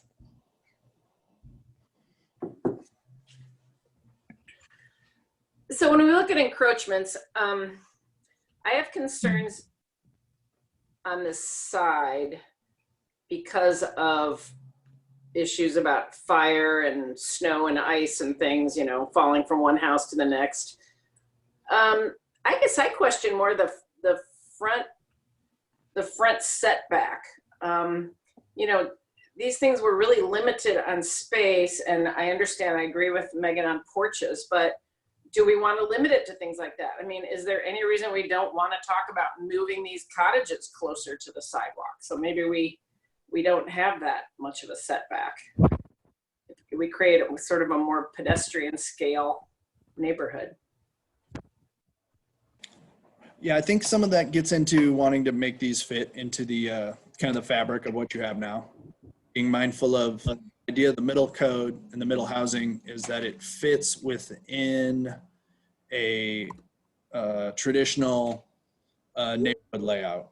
So taking cues from the neighborhood now rather than like a middle, how would you say, rather than like a commercial or a mixed use zone to where you really push the setback to limited. This is supposed to, part of the rhetoric is using some of the design standards from traditional neighborhoods. So being that 10 feet, 6 feet, if you go through the May Street Heights neighborhood or Columbia Cascade, you see a lot of that as kind of the typical, regardless of whether it's single family, duplex, triplex, that is kind of the layout. There's a forward. I'm sorry, go ahead. Oh, sorry. That's kind of where the idea of keeping to the 10, allowing some architectural features, that's the background to that. Right. And I know all these issues are interlocked, so it's like, it's a jigsaw puzzle, but I guess my counter to that would be, but the setback for those neighborhoods makes sense when you're talking about a 2,000 square foot house in a lot of cases. If we're talking about a small cottage kind of property, then to me the scale changes. It changes how it feels being closer to the street. So I don't know that much of a setback is warranted as much. But Tina, I think what Dustin's saying, as you go down the Columbias and the Cascades and the Shermans and the May Streets and June Streets and Pine Streets, right? There's some space outside the front to have trees. The houses set back off the street. You can see up and down. As soon as you start pushing things forward, you start to eclipse the view up and down the street for the people who have been there before, and it starts to just get a lot more tight, which may work down in commercial zones, but isn't what we expect in quiet neighborhoods. I don't know. I guess I think of urban areas where you see cuter, big houses are set back, little cottages are up front. I don't know. I guess I just would like us to brainstorm it a little bit, or at least keep it in our thought process that not, the way our code is written now is we're looking at, these, in some cases, just massive houses. And if we're talking about scaling down the size of the buildings, maybe we can scale down the size of how the buildings sit on the property as well. So my 2 cents. Yeah, I think I just worry that if you, going back to what Commissioner Irving was saying, if it's a 2-story, one of these products that's a 2-story, and then you push it right up to the property line, then all of a sudden you have something that looks like a house, smells like a house, just close to the front. Okay, let's keep going around the horn then. Sue, you never weighed in on the porch before we give up the mic there. Well, I think a porch on a front setback is fine. I don't think it should be in the list of included options on a side setback. To encroach into a side I would setback. like to have I would really like to have an explicit list, like you mentioned, Dustin, and probably add the idea of the air conditioner to what you have. But I don't think a porch should be one of those options. All right, keep going, Amy. Yeah, so I agree. I think the porch should be included as the thing that's allowable for in the encroachments. I think I have more questions about the side porch. So Commissioner Lassen, you mentioned that you were worried about the fire issue. Would that be, if you did allow a side porch, would that get into the area of where that could be a fire safety hazard? I guess it would. Then you get into like, is it a covered porch or an open porch? I guess if the definition of porch is covered, I do think it gets to be an issue because, if all of a sudden now we have roof lines that are all encroaching, like if 2 different adjoining properties have encroaching roof lines, then, they could conceivably be what, 3 feet apart, 4 feet apart. I think that starts creating havoc.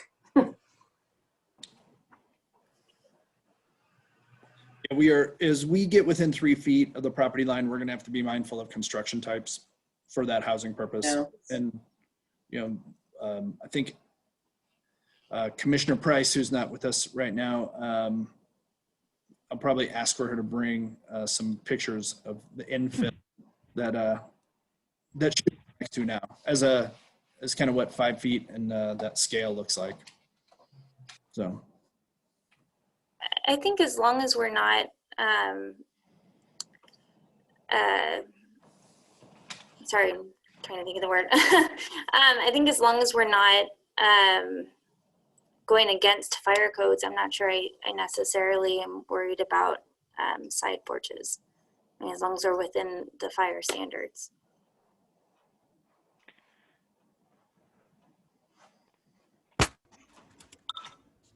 Yeah, I think that's the issue, right? There's a setback, which right now, minimally, there's a few things like the gutters and eaves that can encroach, which does minimize the fire risk. But you put a porch with columns and things along it, railings, things like that, then all of a sudden you have a lot of combustible elements. And people barbecuing on it. Okay, Bill Irving? Yes, I'm here. Right now we're on the encroachments. Yep.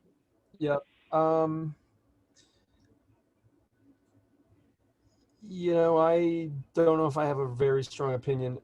I do think that putting porches in, I guess I have a feeling about maybe a 5-foot setback all around the property is an area that I would consider.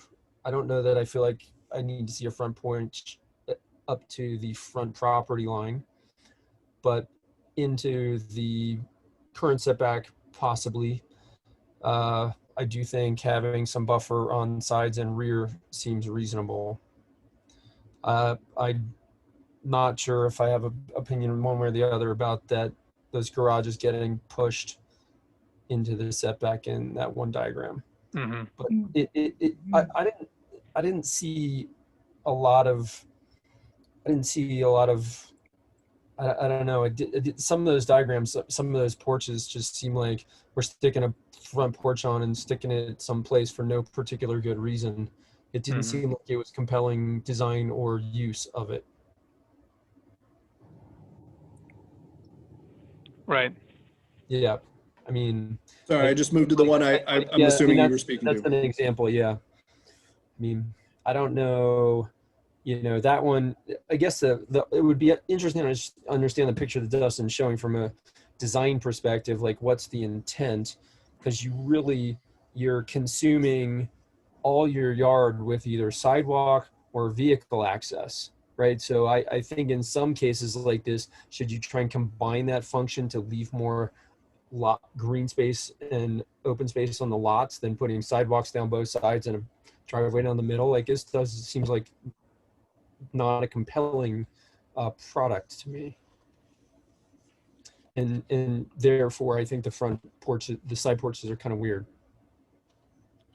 Yeah, and this one, some of the what we talked about was the idea, if you were in the middle unit, having an opportunity to step outside and not be in your driveway.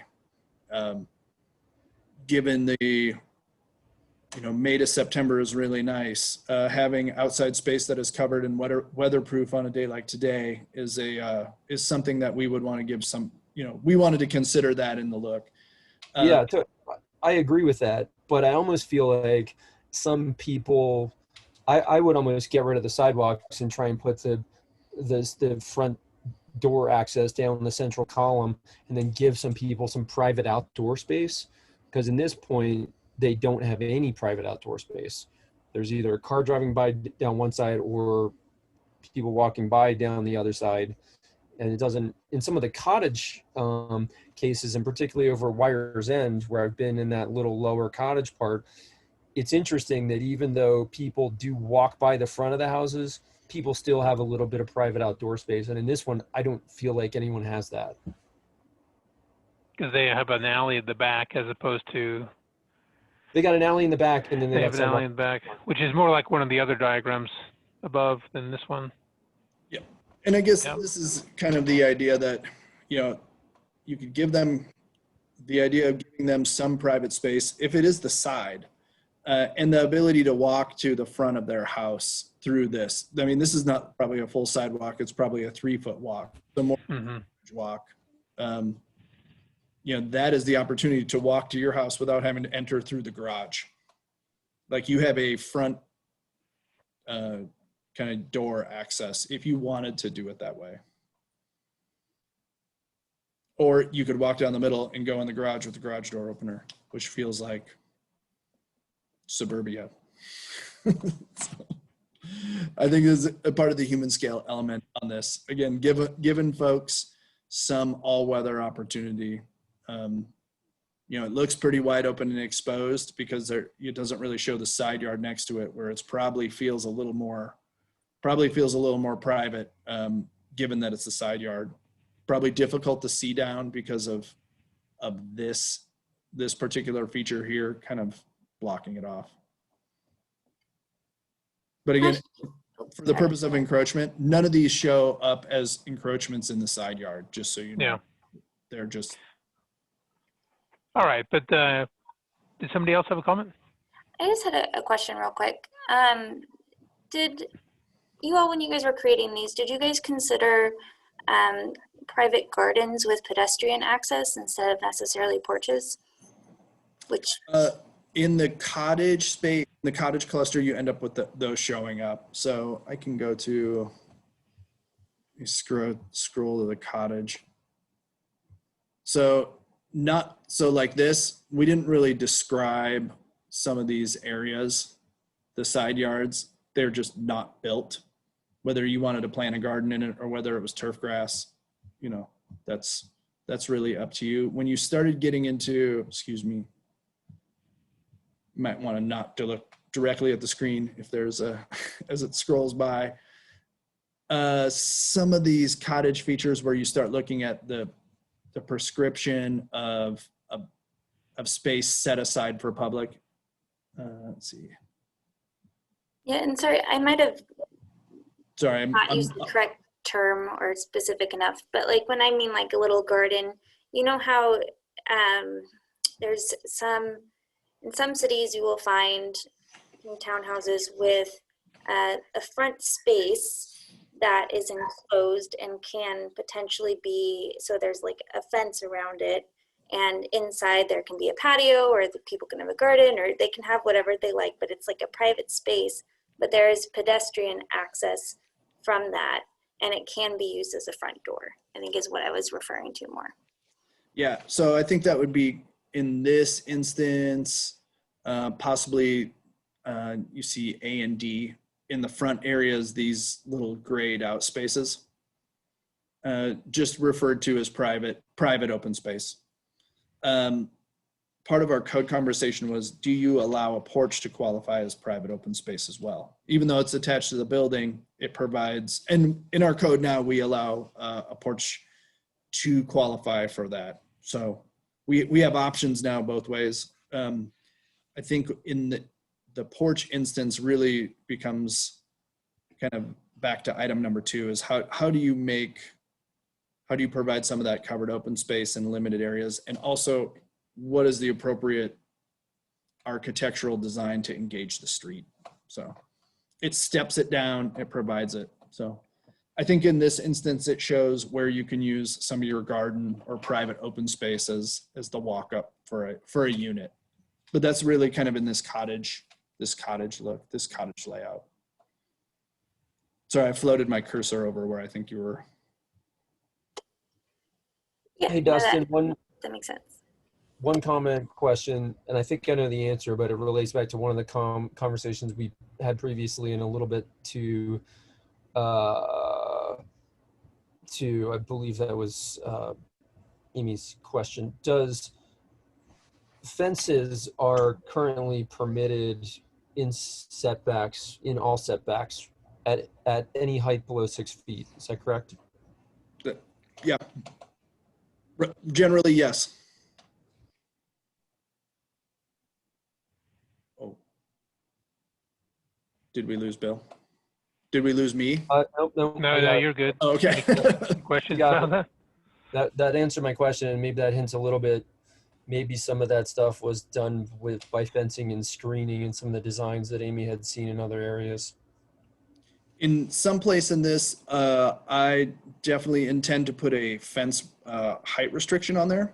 The idea that these are rather open, limiting the fence height even more so to that picket style 4-foot fence that helps you keep that visibility. Although it may, we have a little discussion on, do you commit that community space? I think it will keep these things as a unit and keep them open. And I think that is kind of in line with the cottage middle housing standard, limiting fence heights, not allowing fences between these units, the front yard and backyard. If they are, they're done less than 4 feet, sometimes less than 50% opaque, just to allow what open space there is to keep it from being carved up into really very private, exclusive and really not fit within the unit itself. That makes sense as having some standards around that topic to me. Yep. All right, I think we've exhausted the encroachment discussion. Sorry, I gave up part of the way through. And my vote, by the way, was okay with setback, encroaching a porch on the front, but not the sides or back. Okay, that's real helpful. So as I do my refinements, I'm gonna take those cues and work them into the code. I just think we need to clarify what a porch is. That is also in the works. Yep, okay. All right, next question was parking. I'm a bit worried about starting this one. Do we want to, in the interest of the holidays coming up and wanting to get out one of these days, do we want to get into the dwelling size and limitations of dwelling size? Thinking about what Commissioner Irving was saying about, going at the 600 square foot as a unit size, or going with more setbacks and heights and lot coverage, or taking a look at floor area ratio ideas. Sorry, Dustin, didn't we think or contemplate floor area ratios coming in as part of the new omnibus code? Yeah, I don't think anyone on our side recommends to use that. Keeping a floor area, it's really kind of archaic a way of looking at it, rather than just, it doesn't really design an outcome. It gets kind of a mathematical. Yeah, I don't see us going to floor area. Okay. We have a de facto floor area by way of, we have a height requirement and we have a coverage requirement. I mean, yeah. You scale that, based on the size of the lot, but that's really how we get to floor and area is, we limit the amount of coverage that can happen. You're penalized by parking or using more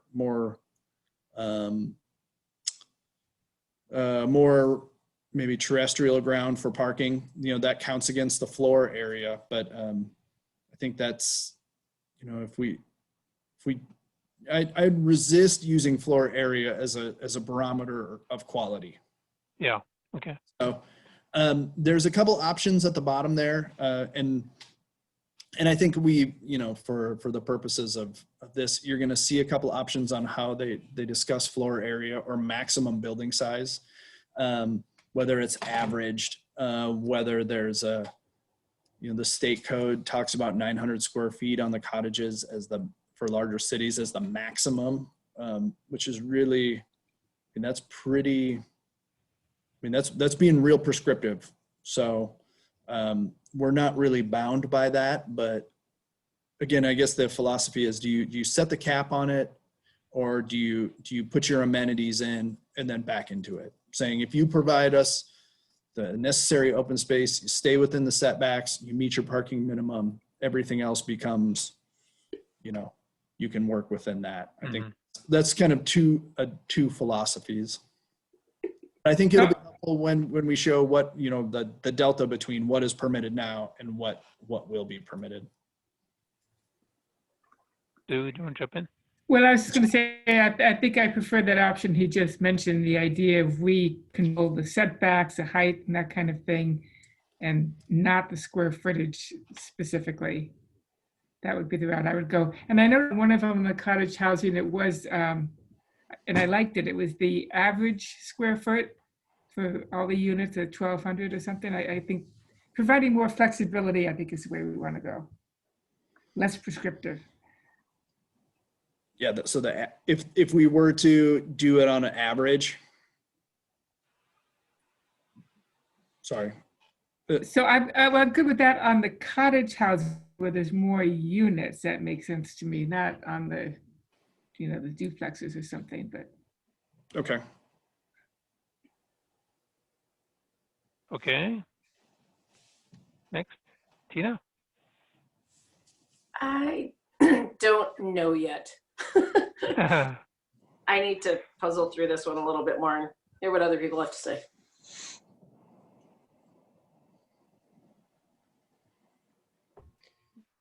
In terms of square footage, I don't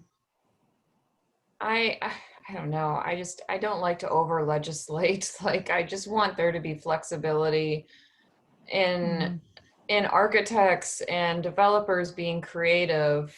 They have so many things that they're working up against. It's something that I'm more interested in open space than square footage. Okay. So I guess I would put that as driven by amenities, not by a direct cap. So that's the consultant is kind of like, do you directly cap it, or do you make the amenities the driver? that's in, Mhm. so.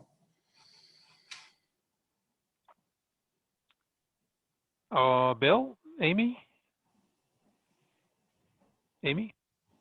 Sure. I also agree. I think we should probably control by the, not controlling by the square footage, but control by the height allowance and the setbacks and that type of stuff.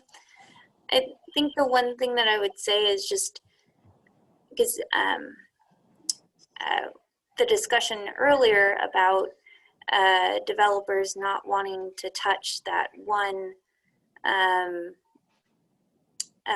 option where there's the two 600 square foot units. And I guess I wonder if there, because I do think that size is one that people could want and or at least want the option of. Is there a way to incentivize or to encourage that type of building to happen rather than just the building up version of that? Does that make sense? I think that's Yeah, what I Bill think- was trying to say earlier, right, Bill? Yeah, I mean, my comment there is the way, if I look at that R2 lot and it's got a fixed price on it, and instead of two people trying to build two things that are as big as possible, which is what they can do now, we should let them build more things that are smaller. So I would like to see a diagram like that that says, heck, put 4 cottages on that R2 lot instead of 2 big townhouses. That's how we're going to get our unit price down, is to allow more units on the same amount of land. So that's where I'm looking at when we put some of these next to our current code, next to some of these concepts that we're proposing. There's got to be some benefit to people that want to pick these other options, and they'll provide that benefit to the community of getting us some smaller unit sizes and more units, I think. And I think this is not so much of a planning commission issue, but to help throw there's other aspects of the development that can be incentivized by that too. System development charges, process issues, impact fees for schools, parks, the connection to the sewer. These are other that can be contemplated. It's not really in the purview of the zoning code, but those are other things that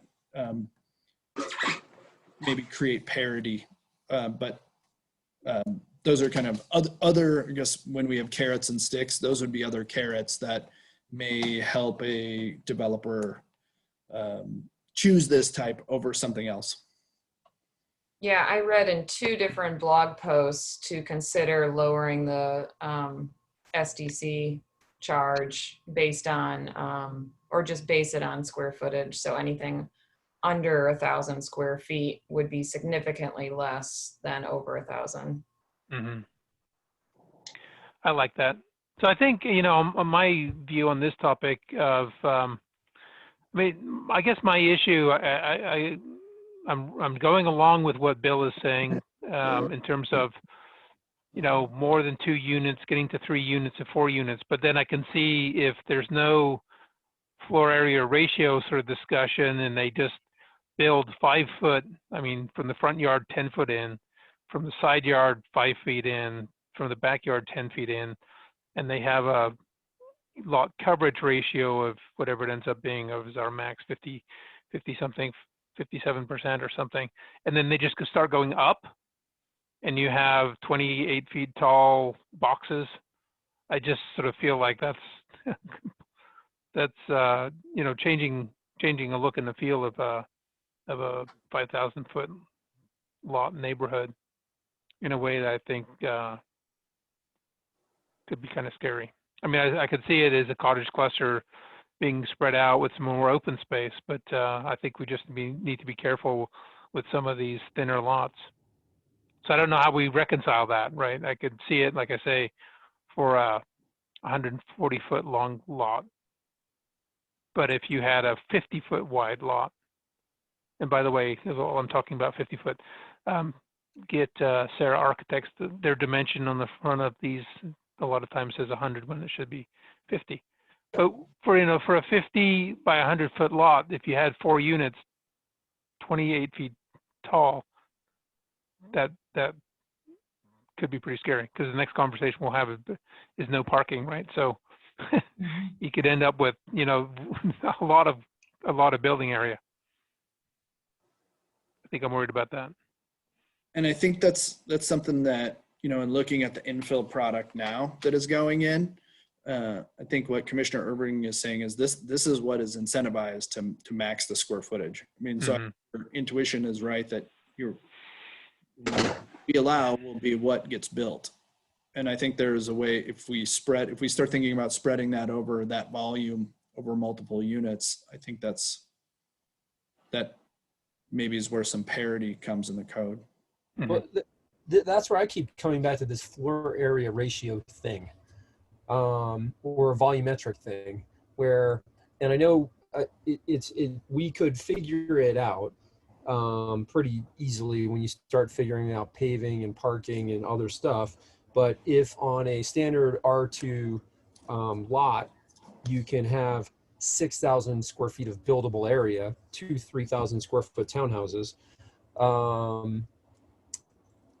what's it look like if you have 4 1,500 square foot units? I mean, I feel like it's related to an intensity of use and amount of impact on the site. And I feel like we leave the amount of impact on the site to be similar, but we enable them to put it into a different number of units is kind of how I would see this working from a market perspective. There would be incentive for people to do that, because for every door, you're getting more dollars on the development side of things. You know, three small units are probably going to yield more than 2 big units, depending on, you know, how you limit the sizes of them. So I don't know how to specifically answer that question that you were asking us to answer, but that's what we've got to get at.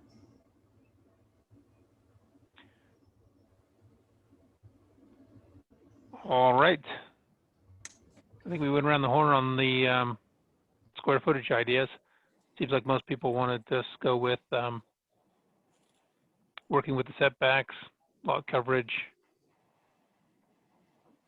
And that kind of informs actually item 6, open space.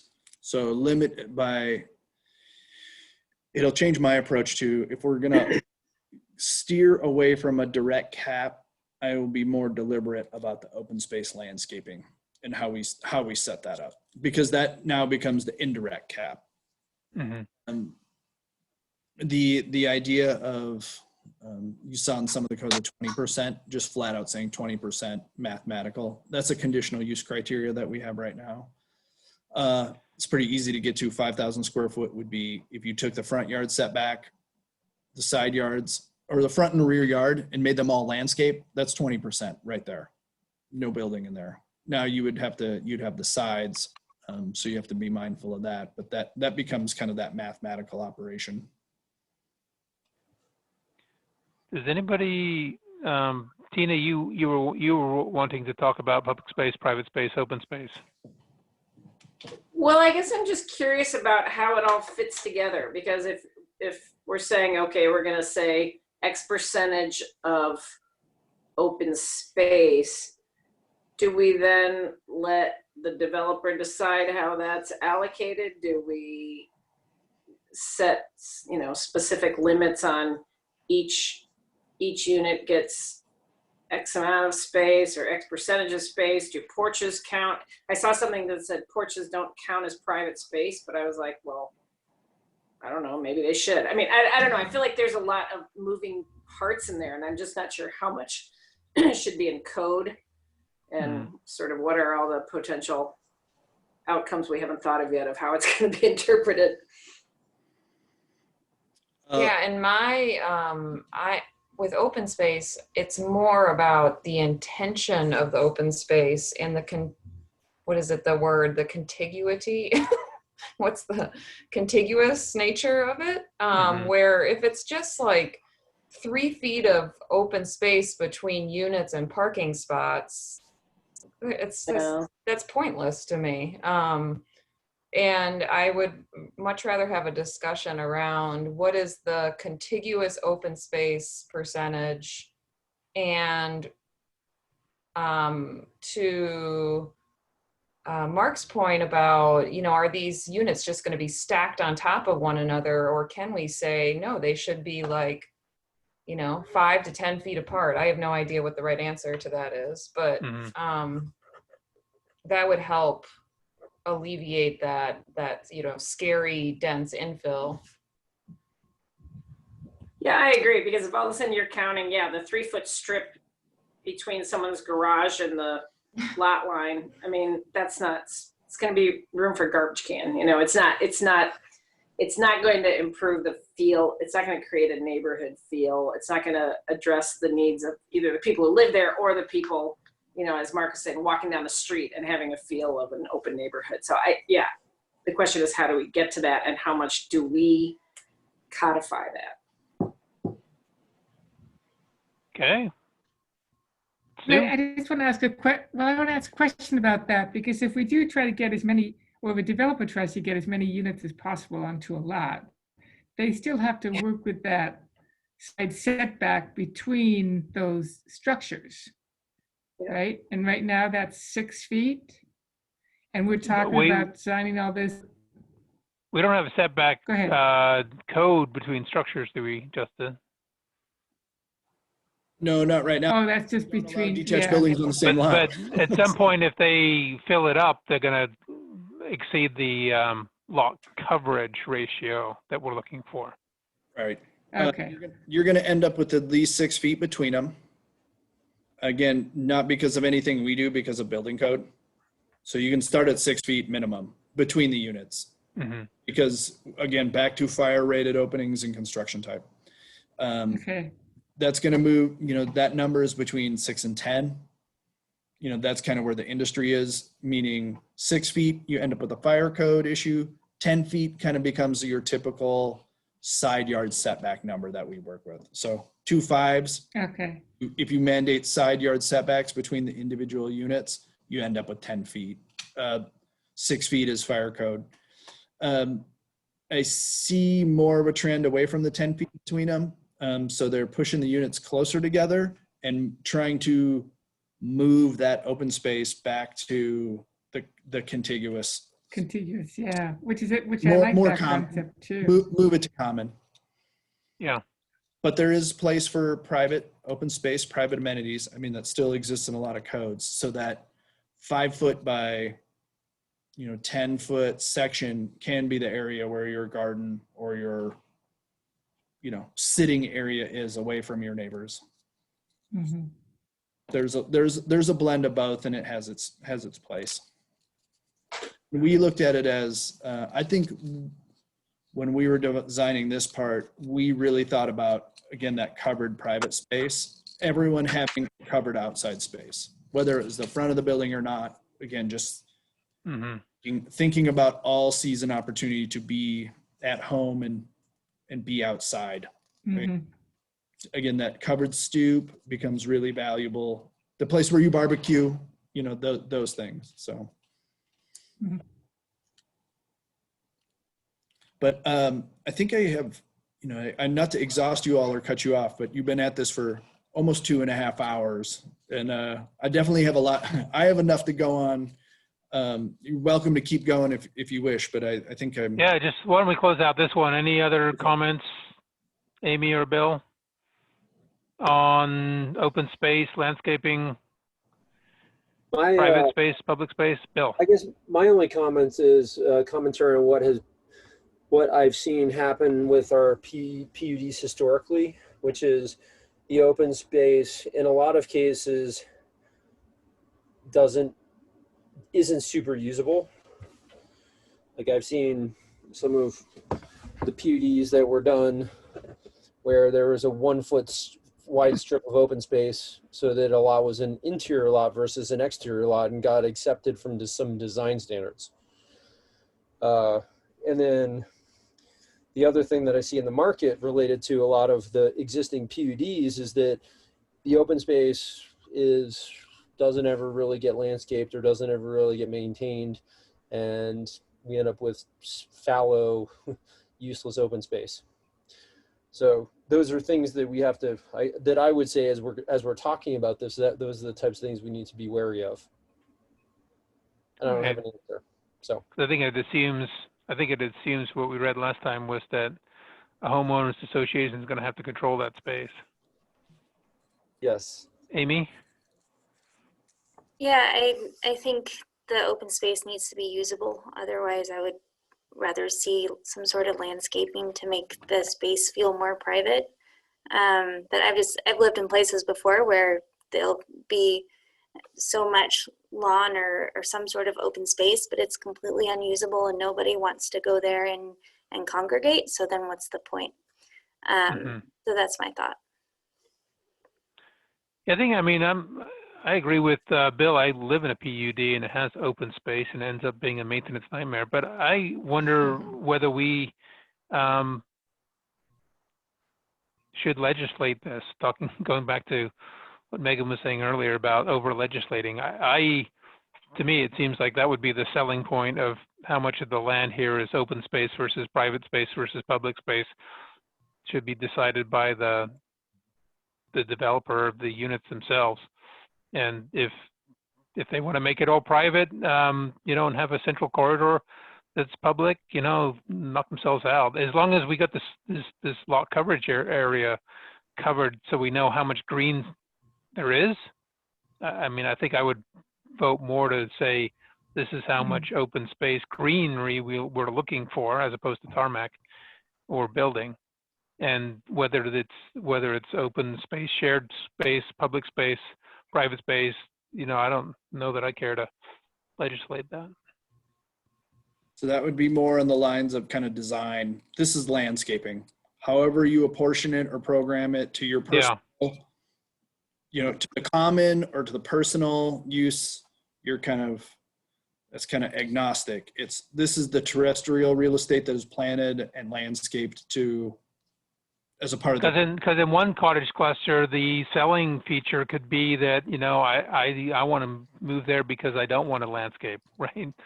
Another development, a tight 2 or 3 units, 4 units on a site, it might be slightly different than a cottage cluster, and I'm going to go buy that because I want a little bit of green space myself. So it seems like it would be something that the market would decide. So let me just ask a question on that to Bill. How would a developer look at that option?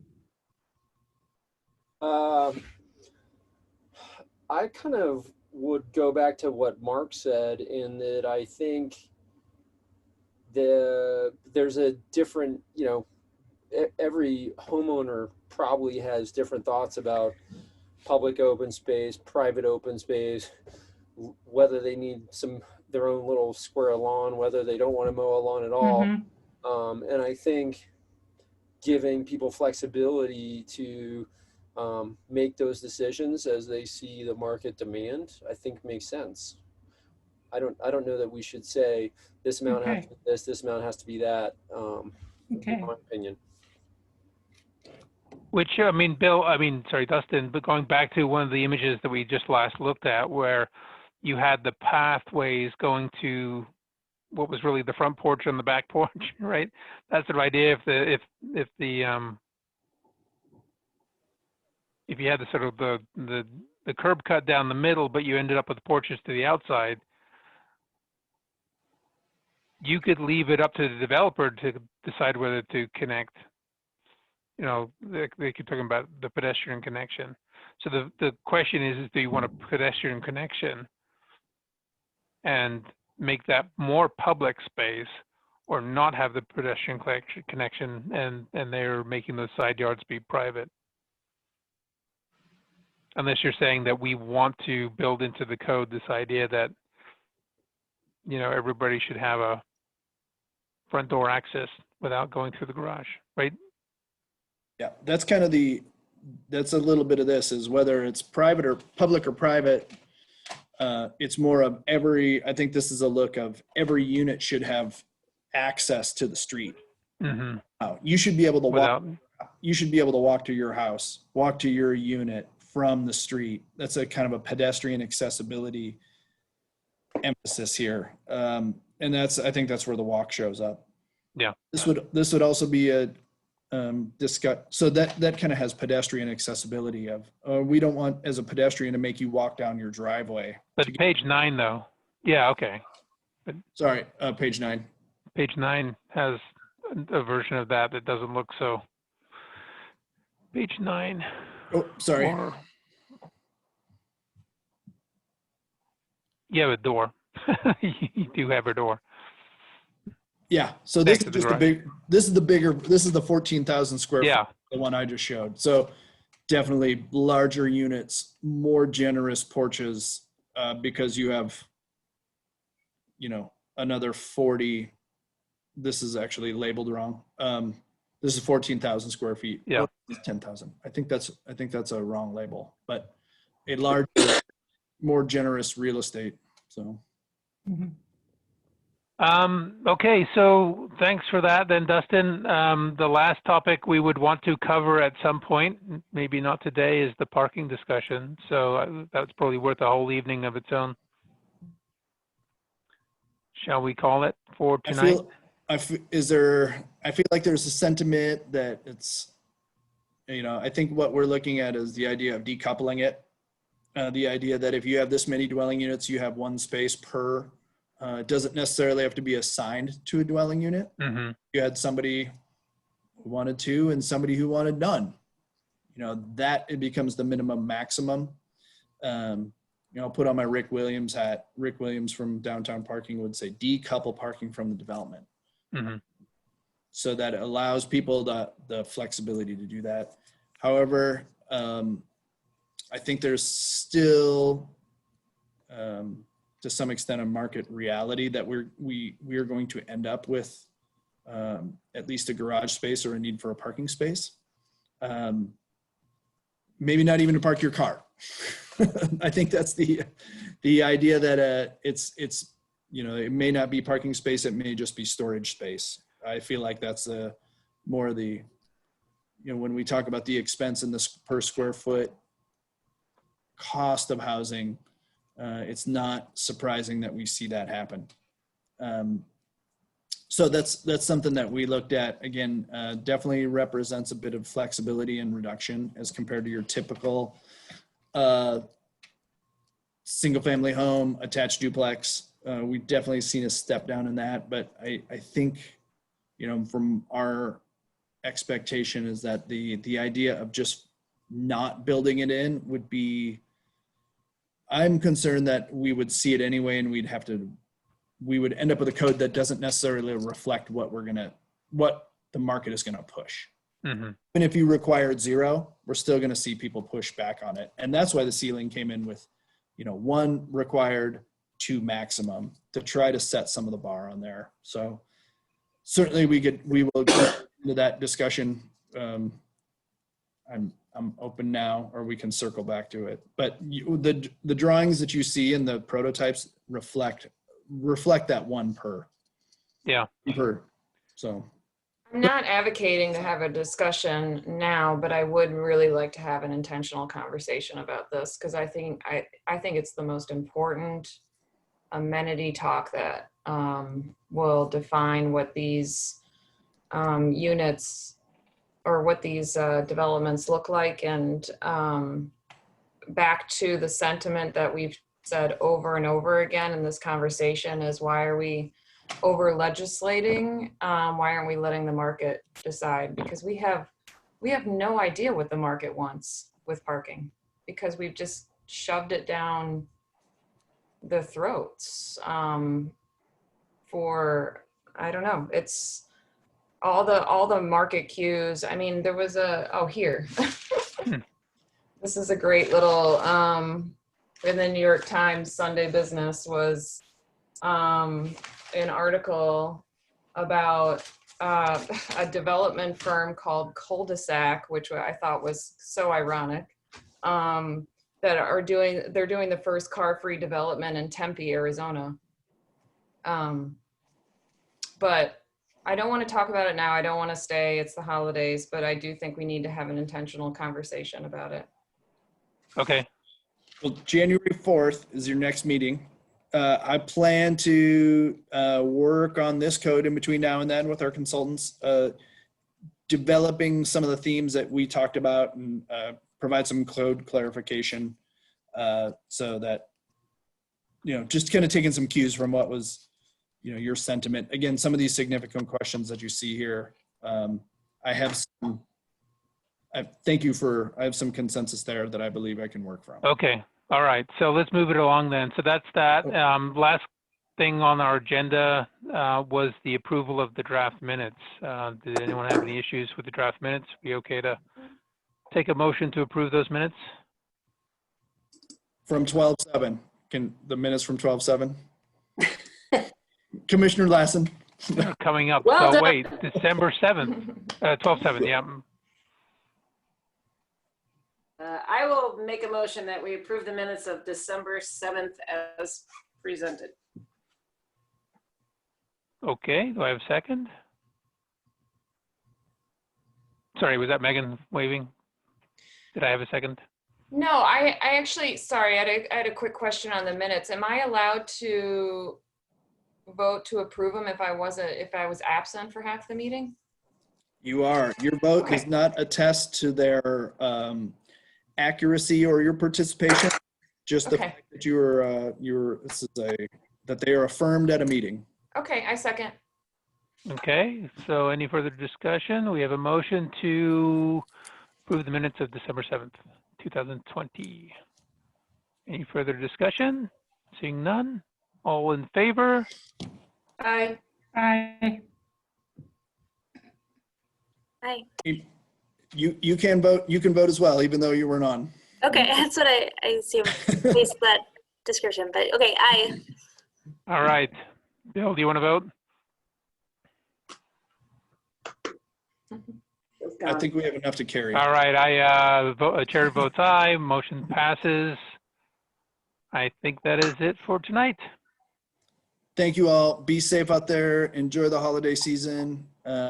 January 4th. I don't know if anyone is going anywhere ever, but I will be. It is our regular meeting. So if I have a quorum, again, I guess you can go wherever you want. The computer goes with you as long as you have one. Exactly, right. So if I have Hey, four, Dustin, I have a quick question, if you could just hang on for a minute, but Yeah. unrelated. But thank you. All right.